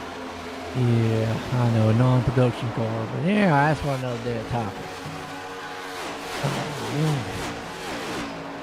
On iRacing, they're pretty much just namesake. I mean, all of these cars are pretty much about the same. We got a lap car. Cheapest lap car. Andrea Alphin. Yeah, I don't know if it's car. That might. These guys are side by side. Lap guy's gonna be like, I'm gonna stay up high. Y'all boys gotta figure out what you're gonna do.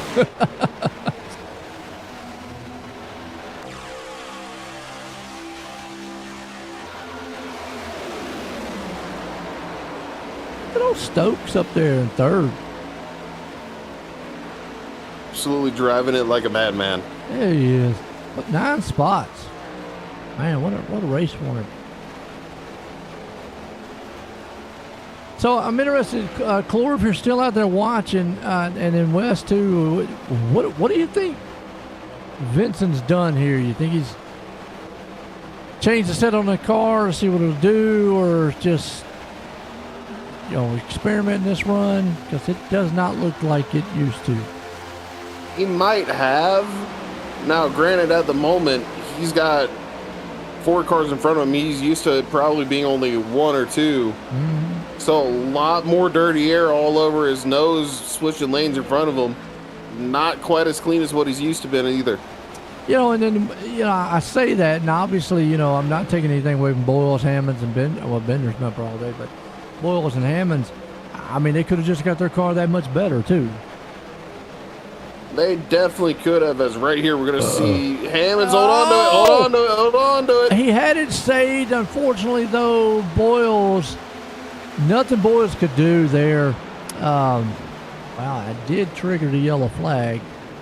We will go back and watch. I mean, there's nothing Boyles could have done. He was sideways. I mean, Boyles was right there on him.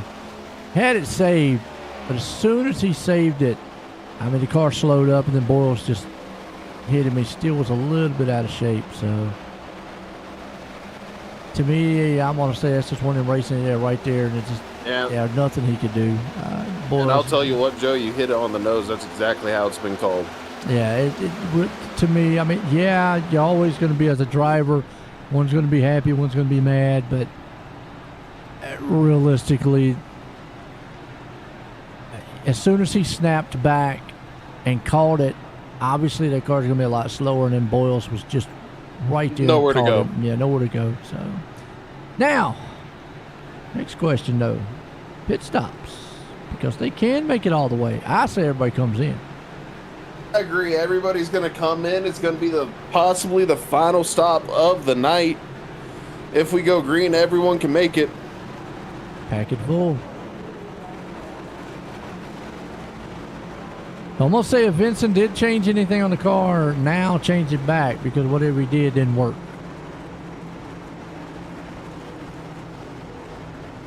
And then whatever Boyles and them did, just change a little bit, because y'all made y'all's work pretty good. Exactly. Vincent tuned back what he did. Boyles and Hammonds and everybody else just do a slight tweak. Don't change much on it.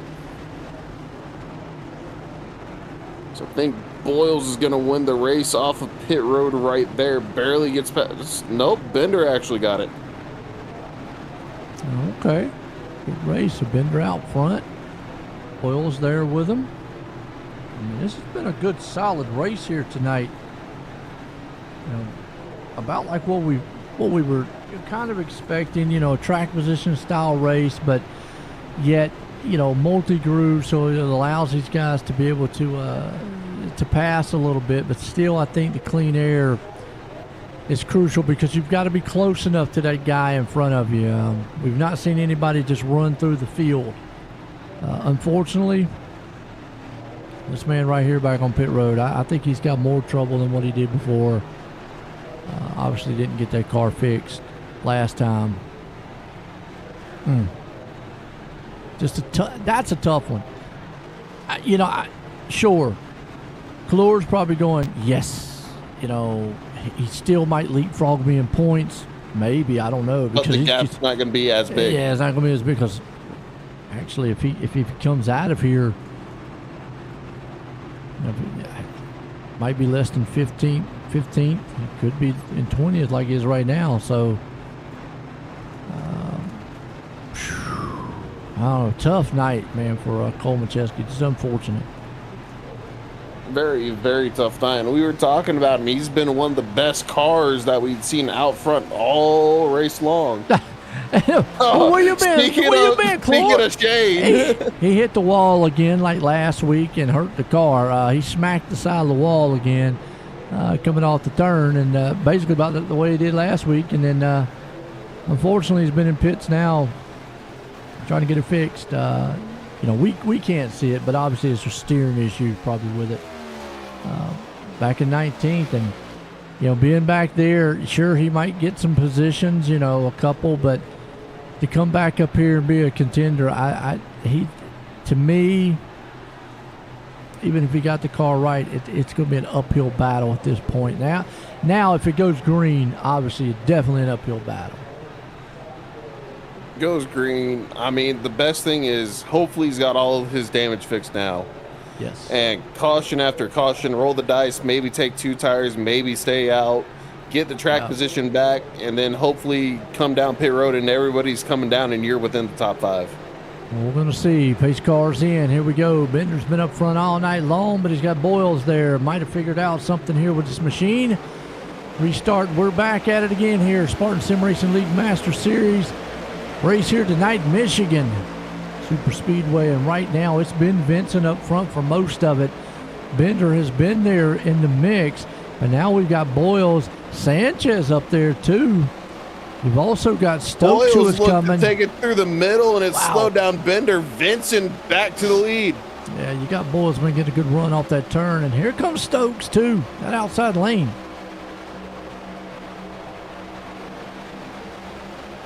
Yeah, whatever Vincent did, he's turned it back up now.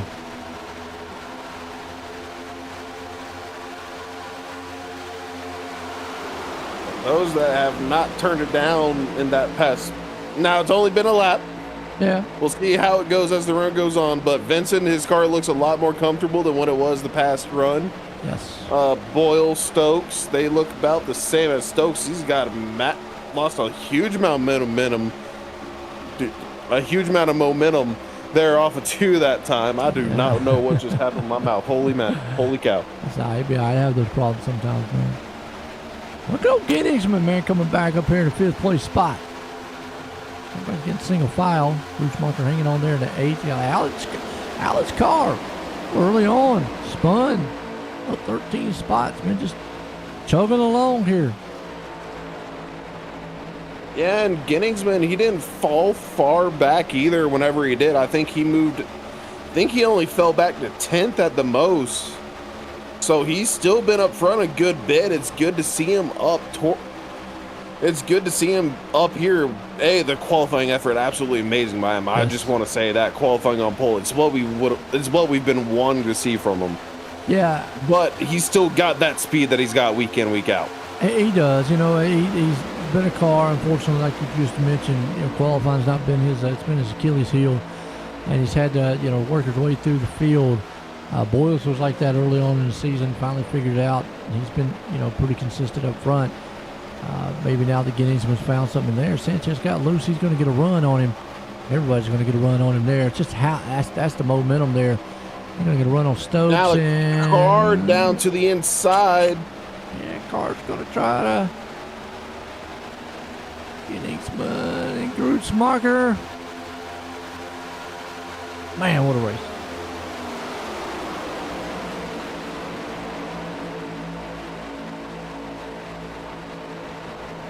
Car, man, drove still that thing 3 in wide, there. going through 1 and 2. Wow. Floor out there said he doesn't know how to feel about that with Cole Macheski. Well, you still got a shot at the championship. How's that? Missing 5 races, you still have a shot at the championship.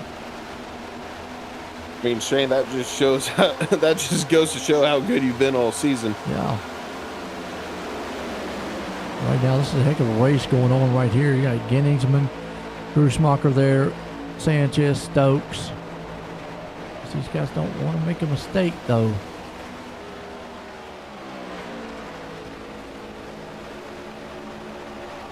Sanchez's car gets a little bit tail happy coming out those turns.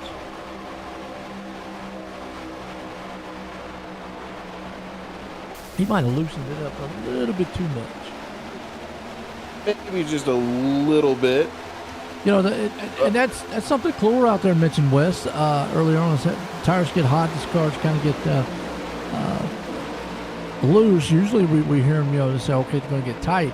So, your tendency to be like, well, maybe I'll just loosen it up at the beginning as make it skinny as to loosen up, but then you can loosen up too much and then it gets even looser throughout the run.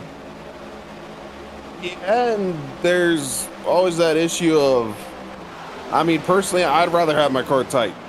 I do not like a loose race car in the slightest bit.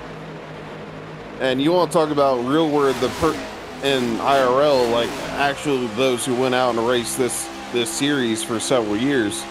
The one person I've heard that everybody said, I don't understand how he can drive it that loose, was Jimmy Johnson's. He drove it so loose that he would snap a spin off of turn 4 at Daytona. I don't think I've seen that happen with anybody more than him. Yeah, and there's drivers out there that like it. I'm with you. I like a little tighter set of car.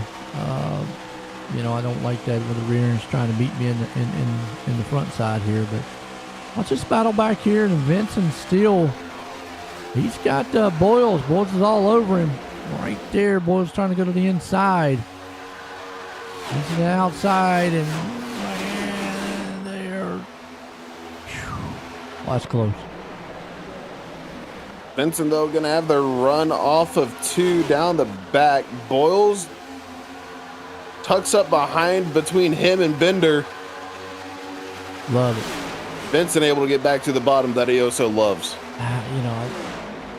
Awesome. And, this track, Bender there being a little high, a little tight in the middle. We talked about earlier how this track's multiple grooves. It's also wide enough to produce this kind of racing where you don't have to be right on top of the guy. Because usually when you have this kind of racing, sometimes the guy get loose, get tight, and you're right there on him. Here, you've got plenty of room between the two of you. Yeah, I mean, this track is wide. You can see it. You've got several different lines through the corners, and you're able to kind of pinch it down on exit. But there's still that issue of on exit that everything kind of single files out. So if you're not heads on fully, there's still a chance that a wreck could happen. Some battle back here around about 8th, 9th, 10th place spot. Still got Holloman, Sanchez. Ginning's been there too. Grusmacher still holding on to the 7th place. Unfortunately, Cole Macheski's only moved up to 17th. Yeah, evidently that car's got some steering issues. Just unfortunate 2 weeks in a row. But that's championship runs for you right there, Wes. And we've seen it many a times in the chase. Luckily, this is not chase format, but in a chase, these 2 weeks probably would take him out of it. Probably. Yeah, here he's still going to be in it, going to the end. It's going to be close, but that's just, I don't know. That's just you gotta finish the races. And we got contact up front. Boyles and Bender. Go back here and see maybe if we can get an idea of what happened.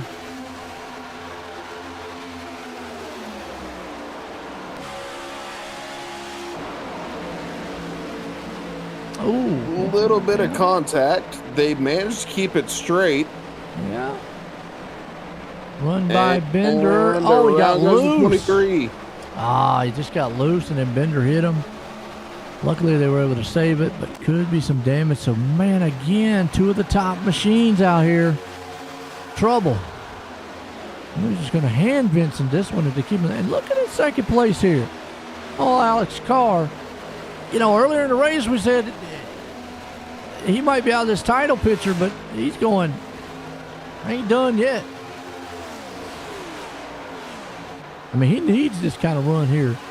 Heck, if he can win this thing, it'd be even better.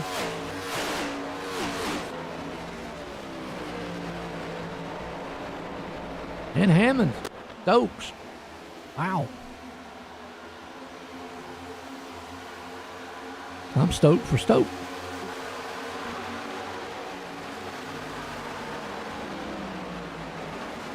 Schumacher still having a good run. Schumacher having an absolutely amazing run. He's up into ninth. He was up into fourth earlier on. His competition with Cole Macheski, he's stabilized around 16th.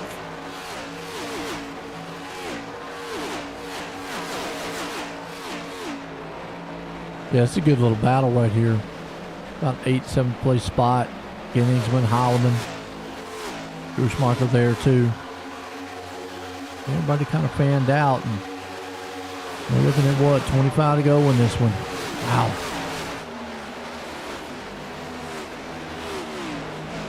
I like it, Wes. Down to the nitty gritty here. Down to the nitty gritty indeed. Vincent. Oh, say. I mean, he's got himself a little bit of a gap. It's no longer Bender and Bowles that he's seen. It's now Alex Carr and Hammonds. He's still up there. And Stokes as well. So top four, there's the gap of about just under a second between four of them. Then they've got a decent sized gap back to the 23 at Bowles, who we just saw lost the car and almost took himself and the number 13 out for the day. Yeah, we've seen that all night long. Guys maybe get just a little bit loose, a little tight. Feel a little bit of tusslement these guys got going on back here. And Vincent right now, single files, you can see it right there, the leaders. Vincent, Carr, Hammonds, and Carr around. Everybody back it down, stay away from the top of the track. Wow. Go back. I mean, we saw it up there, and we've seen it all night long. Just snap loose, and that looks like that's what happened to Carr. Carr just snapped loose on him. Unfortunate. Maybe got the air took off the back of the spoiler here. Nope. Or you hit the. No, it just came out from under him, and then there's a little bit of help. Oh, and then hard hit by Stokes, who was having an awesome run too, but. Oh, disaster. What do? You go in pits? What do you do? Could be a gamble. I don't know. I mean, we've got less than 25 laps to go. We're going to look at around 20 once we go back green. And if you come in pit lane, I think it might be enough of a gamble to possibly go 2 tires.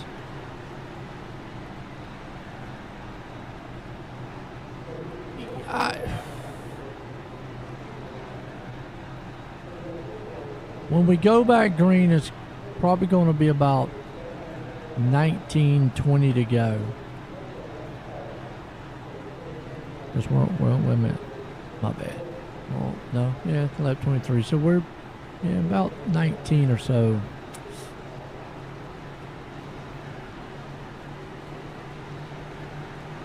I don't know. That's a tough one. I'm probably gonna stick with the 4 tires. I'm gonna say I'm gonna go on a limb and say stay with the 4 tires. There might be somebody do 2 tires. Obviously, Hammond's gonna stay out, which we've seen doesn't work. I really feel like everybody should have came in. Hammond, I think that move by Hammond's is no. This is too much of a tire differential. Yeah, I feel like. Yeah. Even earlier we saw it. You know. Yeah, earlier, and that was what 2-3 laps difference. Now we're looking at nearly 20. Yeah. And it looks like 4 tires. I think most of them might go forward. If we maybe were around 12, 10, I would say 2, but that being around about 18, 19 to go, that's still a lot on this track. We've seen these cars snap loose. out of nowhere. I don't know what's causing that, other than the fact that, Clore mentioned out there before earlier that the right rear gets very hot. If that's true, if the right rear is getting hot, then which side do you change? Usually you do change the right side. I think 4 Tires was right at this call, but you never know. Somebody might have gambled. I will say Hammond's. No, that unfortunately that call, no. I get it, track position, but I've always said track position matters when you've got that 3 and 4 second leads or 5 second leads, not on a restart. Nah. With a guy that's got that kind of advantage on tires. I'd say Hammond's not fast now. I think this 26 is about to be lit up and absolutely swarmed. Yeah. He's good. He's got a fast car, but that was not the option to do. Not now. Not now, I will say. I mean, he's got a fast car. I don't want to take anything away from him. But I think you're just going to see, Vincent and once they get going, Holloman and Grusmark. I mean, obviously they're going to have to be careful. They don't want to run up on him, get themselves in trouble, as we've seen tonight. But lights off on the pace car. Getting set to go back green. And, yeah, it's going to be 20 to go when they cross that line. I said 19-20 when we go. And that's just, I think what you were talking about was a good strategy. 2 tires, a little longer on this track, being with 20 laps to go. Maybe if we get another caution in the next maybe 8 or 10 laps, Possibly could see the 2 tires. Yeah, I could see it then if the field comes in. I mean, you can't give up that much track position to come through the field. We've seen that tonight, but we'll see what happens here. Pace car's coming around. Getting set. Going to be 20 to go here tonight. Been a good one here in Michigan. Spartan Sim Racing League, the Master Series here. Pace car's going to duck off. Hammond's going to lead them. Definitely don't want to spin those tires because that's a possibility too. Up to the restart zone. And we can go anytime now. Green flag. We're racing. There he goes. I mean, he got a jump.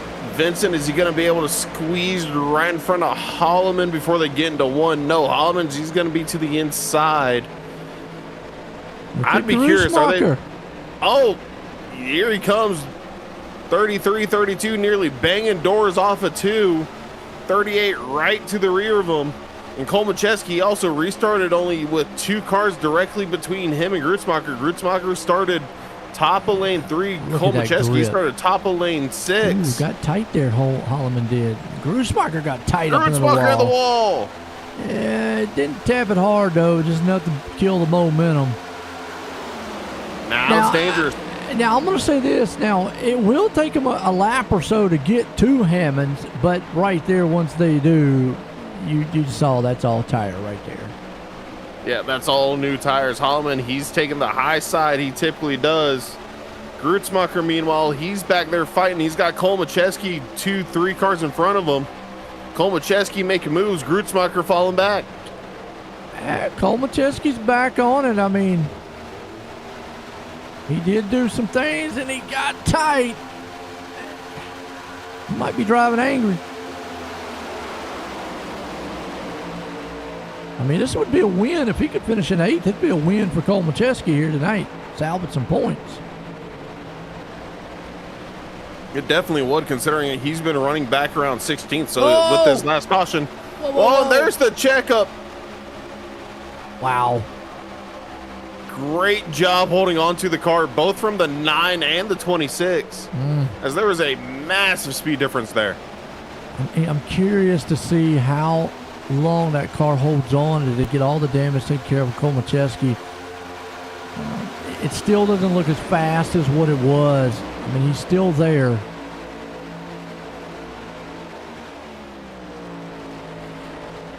He should be able to clear Hammond's here, though. He does have a little bit better time. Well, see, car, I don't know if it got loose right there. Just He snapped on a little bit. He lost a little momentum. Here comes Nicotera. Or saying Holloman's about to run the Larson line the last several laps. Okay. Right up there against the wall where he's been all race long. It looks to me that Komacheski's car looks like it just won't. Having a hard time rotating a little bit. It is, and taking him a while. He's got around Hammonds. Now he's around Sanchez, so put him up into 7th. Still good bounce back either way up the south. I mean, even if he finishes his race in 7th, that to me that would be a win, especially for everything that's went on. Meanwhile, up front though, it's all Vincent. He's had this thing. Bender's right there though. Holloman's with him. He's got Gerlach though. Gerlach up some. McKibbe.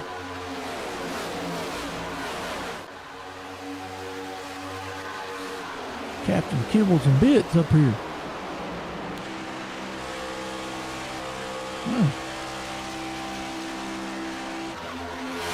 Where'd he come from? I mean, Kibbe, he's been sneaky. He's been flirting around 7th all night long. So 5th place into the run, not too surprised by it. Same thing with Gerlach in the 88. Well, up front, battle for the lead, Vincent. And I mean, Bender's been here all night. And I think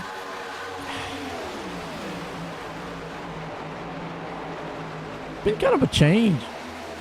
Vincent now went to that high side. He's been running that low side. And he scrapes a little bit. Man, just one of those. Let me shave the paint a little bit. Need to wax the car. That's just a little bit of weight reduction from the paint. Yeah. Needed to clean something off the side on that one. And I don't think Vincent purposefully went up to the top. I think it was Bender just got to the inside and stuck the 33 up there. Vincent's car is just so good around the bottom. I don't think he'd voluntarily move up as he shot immediately down to the bottom. Run by Jorgensen too. I still have no idea what Wash Dads is. Well,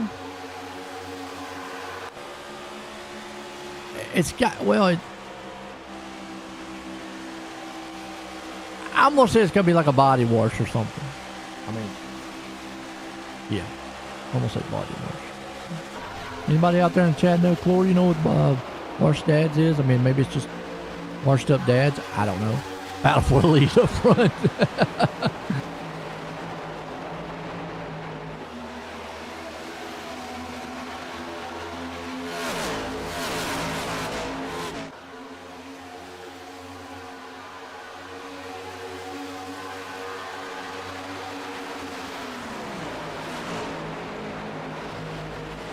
Okay. Actually, I was totally wrong. Wash Dads is a positive acronym and lifestyle brand that stands for "We are superheroes every day." So I don't know if that's what that actually is on this card, but that's what it brought up. And I looked up what is Wash Dads. So I could be way off. But if anybody ever gets an eye, talk to him, let us know what it is. The Benderman slaps the wall a little bit. Washed up death. No, Clore. Hey. I mean, I was reading the opposite here. He said they were superheroes, and they're talking about washed up death. Oh.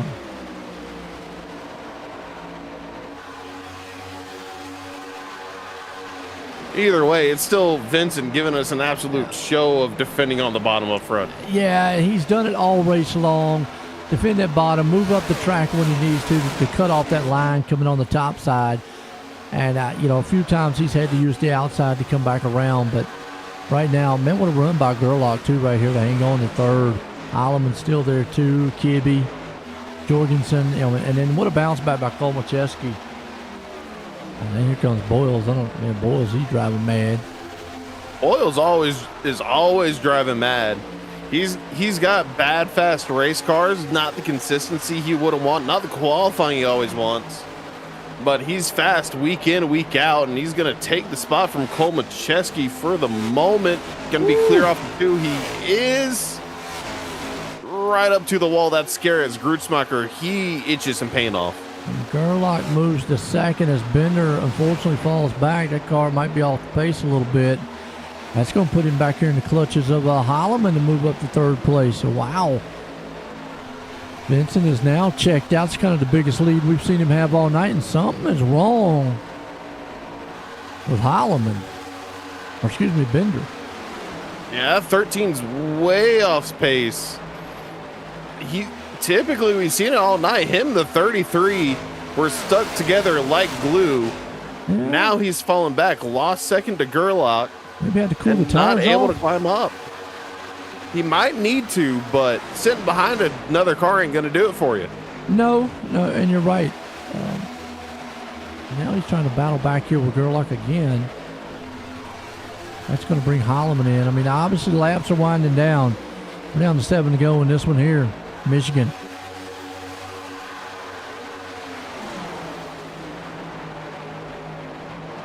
What a race has been all night long. It's been a great race all night long. I think he might have just heated the tires up and just had to cool them off a little bit, regroup, come back. He is firing to the outside. It's not running the exact middle because not Grootsmacher, but Gerlach, he's not exactly fully on the bottom like what we see Vincent is. What a race.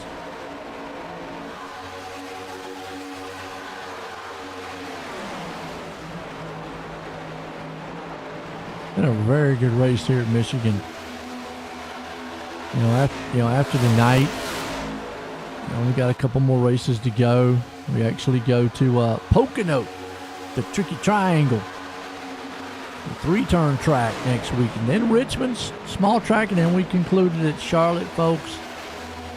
So after the night, 3 races to crown a champ, and it's going to be interesting because, even though Cole Macheski right here has bounced back to 8, might be trying to see if he can't get 7. Still trouble with him, but this could still be a win-win for him, at least coming out of here in this position. Yeah, it's a great bounce back being points-wise for him. He's either way, starting today, he was going to get back in front of Shane, who's been sitting here talking with us all race long in the chat. He was going to get in front of Shane, but it was more about how much he's going to have as a points gap. Then also, he had that bounce back while Dylan went backwards here, Grootsmacher, over the last couple laps. Cole Macheski now winning the admin tournament. I just saw that with Clore. I mean, he brought that up there. I mean, it's one position between the two there. It looked like, it was all Grootsmacher. And then now Cole Macheski's bounced back, and he's in front of him. I mean, because whoever finishes in front of whoever wins is going to win that one. It's not over, but at a 1.5 second gap, only 4 to go. Well, Macheski's going to have to really just fall off the pace here, I think.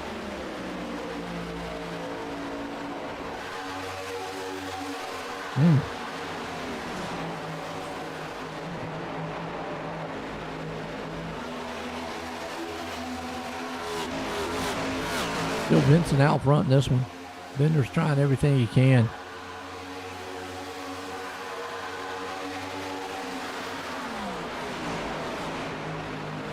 Holloman, Gerlach right there.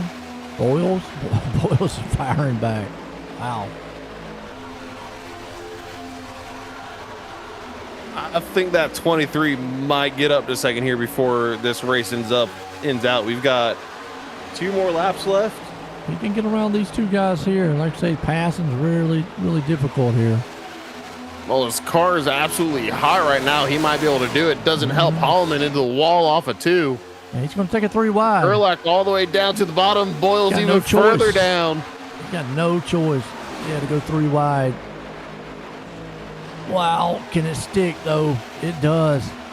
What a move. He's up the 3rd. I want to bounce back for old Boyles. White flag one more time.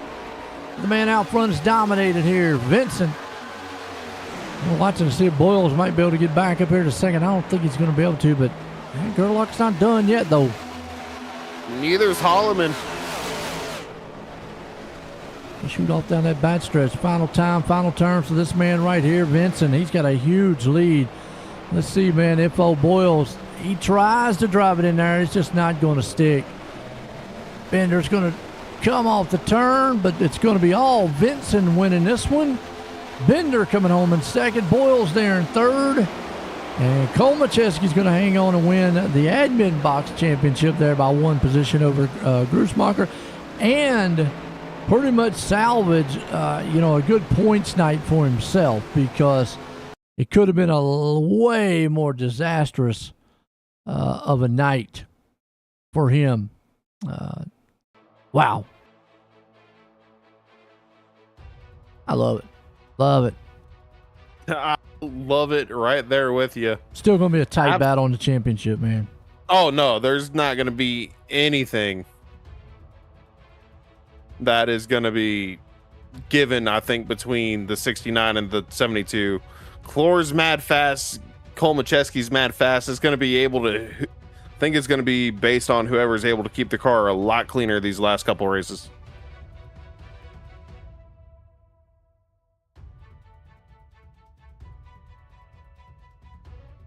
If we can't get some of these guys up here and get a word with them.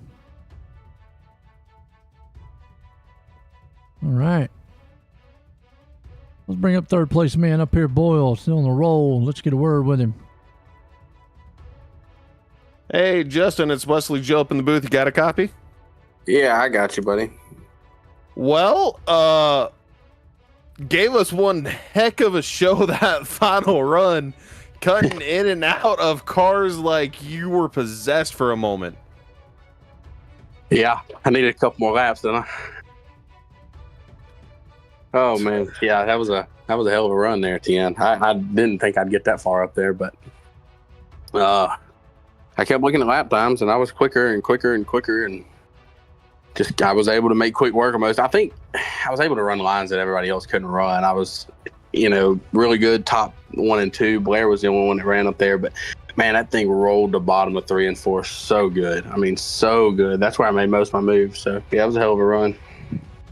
Yeah, you're talking about running that top. You and Blair were the only two that I at least saw running what everybody dubbed the Larson line, but I've started calling it either the Blair or the Cheney line based on whatever track we're at. Those two are almost like near inches, millimeters even off the wall. But that car at the end of the run was definitely on rails. There was a moment there, and I heard you over the radio so many times talking to John, apologizing whenever you got loose right in front of him, and then also had that moment at the end of the race where I think it was it Hammonds right in front of you, got loose, saved it, and then was slow, and you just had nowhere to go. Yeah. I had 14 incidents, dude. I hit pretty much everything out there tonight, unfortunately. The Hammonds deal, yeah, he slid me, and I guess, when somebody's tight on your bumper like that, you get real loose, and he was already loose, and I thought he was going to gather it up. He had been loose all night, and he just didn't, and I wound up finishing him off, so I hate that happened. The deal with John, man, I was fighting like hell to get control of the race. I felt like if I could have got clear of Vincent and John on that run and got the lead, they would have had a hard time getting me back. But Chris drove in deep on my door, and I don't know. I don't even know if it was that or just the car didn't like running down there on the bottom, but it just snapped loose, man, and I hated it for John. I don't like to mess up anybody's day, but especially somebody like that who I enjoy racing. He always races me good. He raced everybody clean up front there, and luckily it looks like it didn't affect him too bad. So I'm glad I got the brunt of that situation for sure. Well, either way, third place, mad fast car. We were talking about it, Joe and I. You always got some speed underneath that hood and in those tires, just not always the best qualifying position. You've worked that way up, or rather, you've worked that up as the seasons progress. So that's a good building for you. Hopefully able to go finish out these next 3 races. Joe, you got anything for our good friend Justin Boyles? I mean, a good bounce back, like you said. I mean, to come back here tonight, definitely make it the term on your car, yoo-hoo. I mean, making it exciting out there. I mean, now we talked all night long, about pit strategies and tires. How were the tires here tonight? Clore out there said that maybe some of the right rear might get hot, but we saw a couple cars get loose and spin, just snap loose. I mean, what were you feeling? I think it was very line dependent. I think and I think that's why I found the balance at the end, is running the top of 1 and 2 really helped heat up the right rear. But then when I ran the bottom of 3 and 4, it helped keep the right front in temperature. So it really balanced itself. Early in the race, I was running top on both sides and was struggling with being loose. They did what next gen tires do, man. They fell off to a lap time and then they just stayed right there.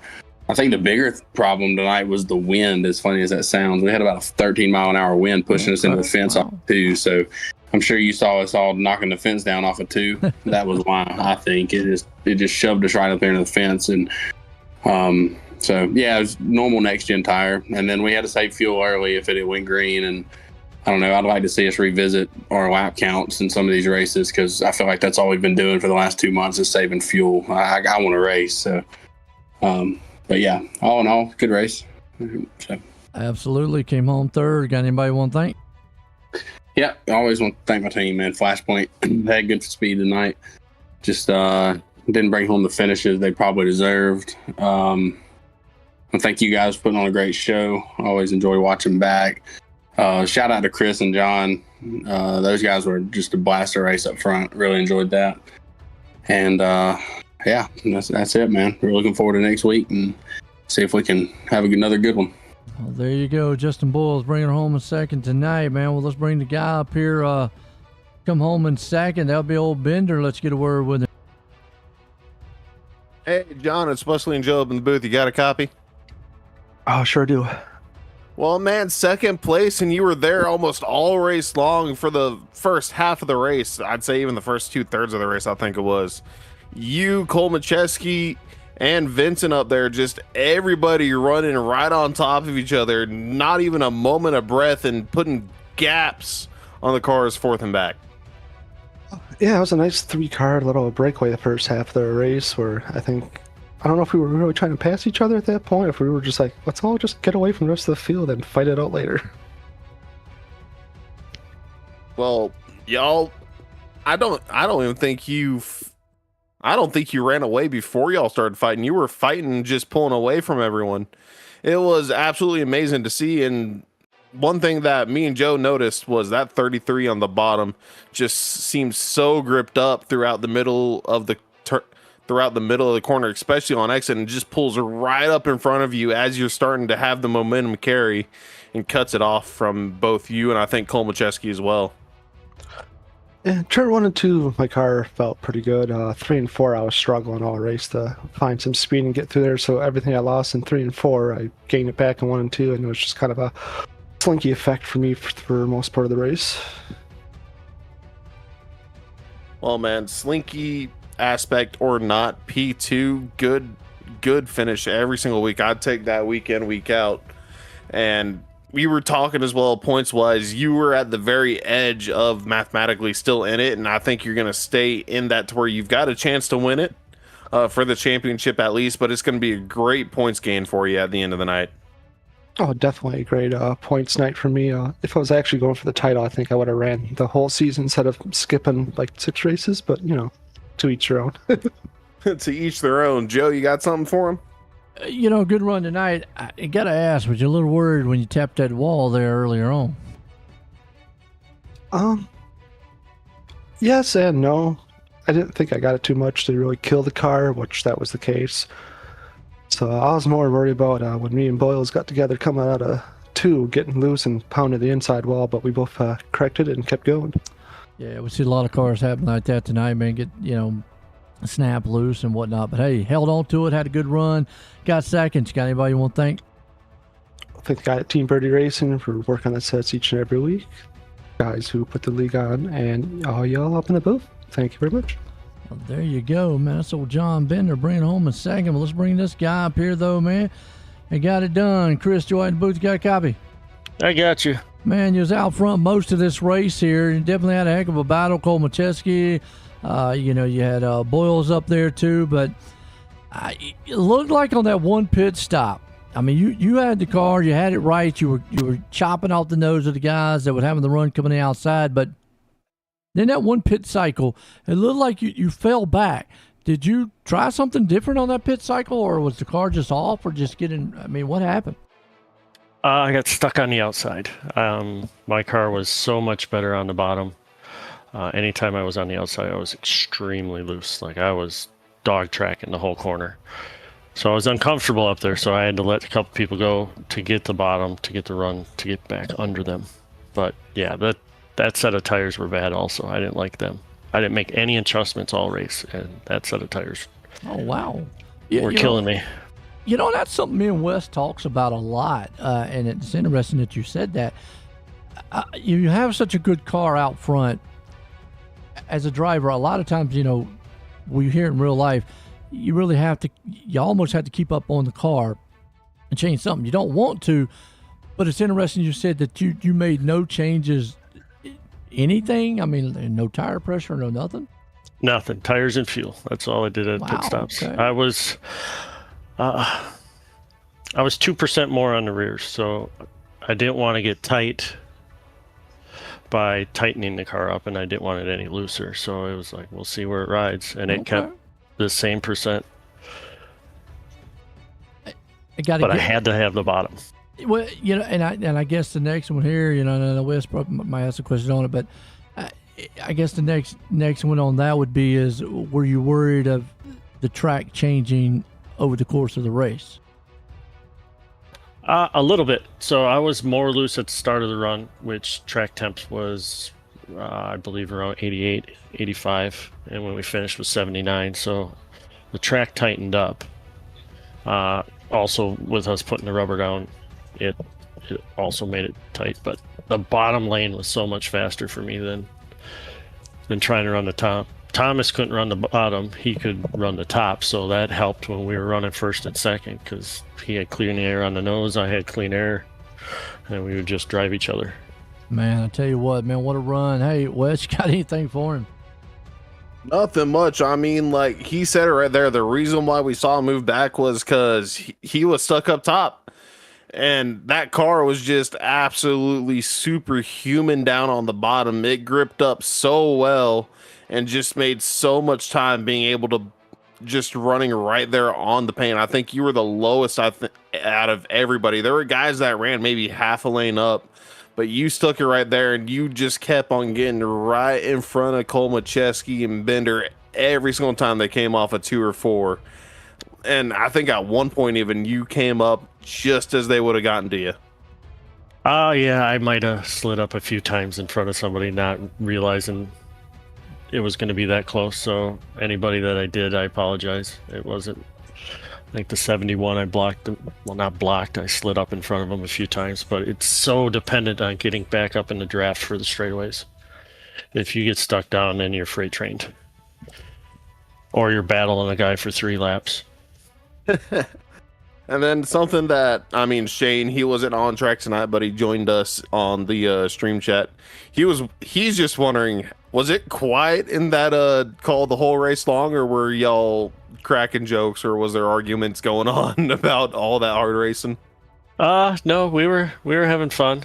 Thomas was talking smack, and then Alex got out there, and I'm like, oh my god, I'm having deja vu of a race earlier in the season where I'm going to lead most of the laps, and Thomas or Alex is going to pass me with 5 to go.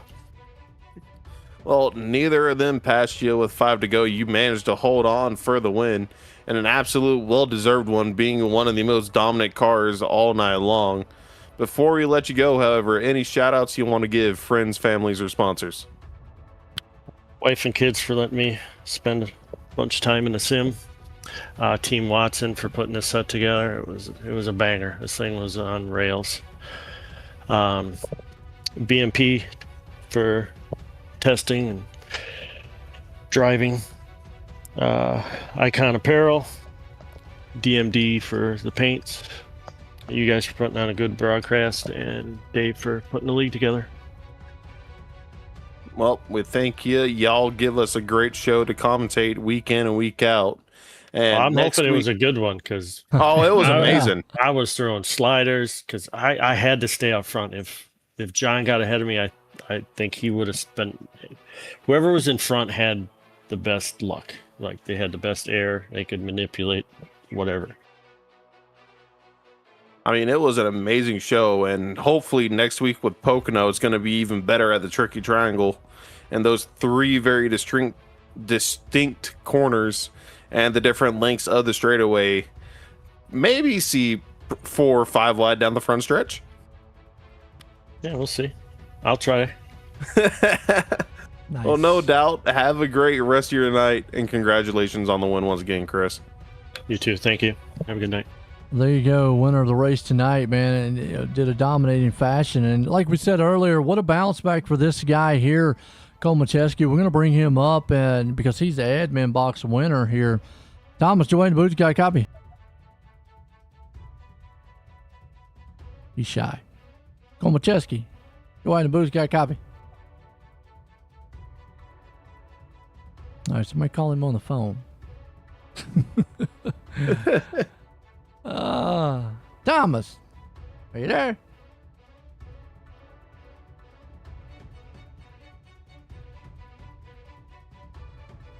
Thomas, hello.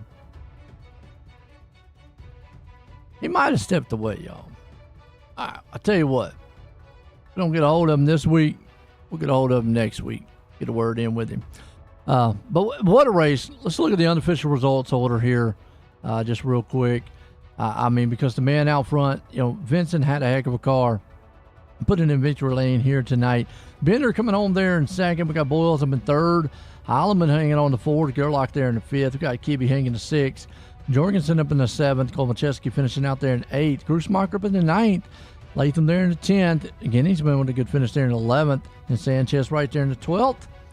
As we push it on over here to the 13th place spot, we got Nicotera, Barker in the 14th, Hammond's back in 15th, JP Jones 16th, Alphin up in the 17th, Stokes unfortunately got caught up there in the 18th, and along with Alex Carr there in 19th, Colton Gardner in 20th, Greg Carr in 21st, Jose Medina 22nd, and Seymour back in 23rd. But what a race tonight here, Wes. I mean, it was everything. I mean, we saw some sliders, man, up there, some great passing, 1 or 2 cautions out here, but all in all, a great run here tonight.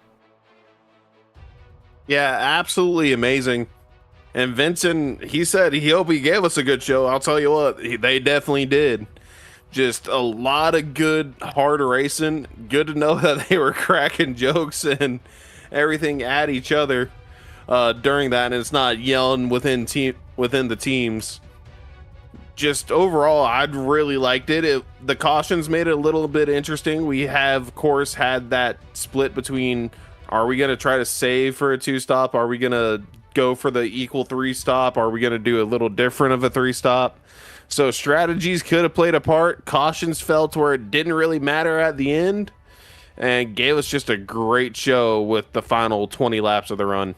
And we go to the Tricky Triangle next week, folks. Here be 3 races left. We crown a champion here at the Spartan Sim Racing League Master Series. But for myself and everyone out there, hope you enjoyed it. We're going to leave Michigan. Everyone, have a good night.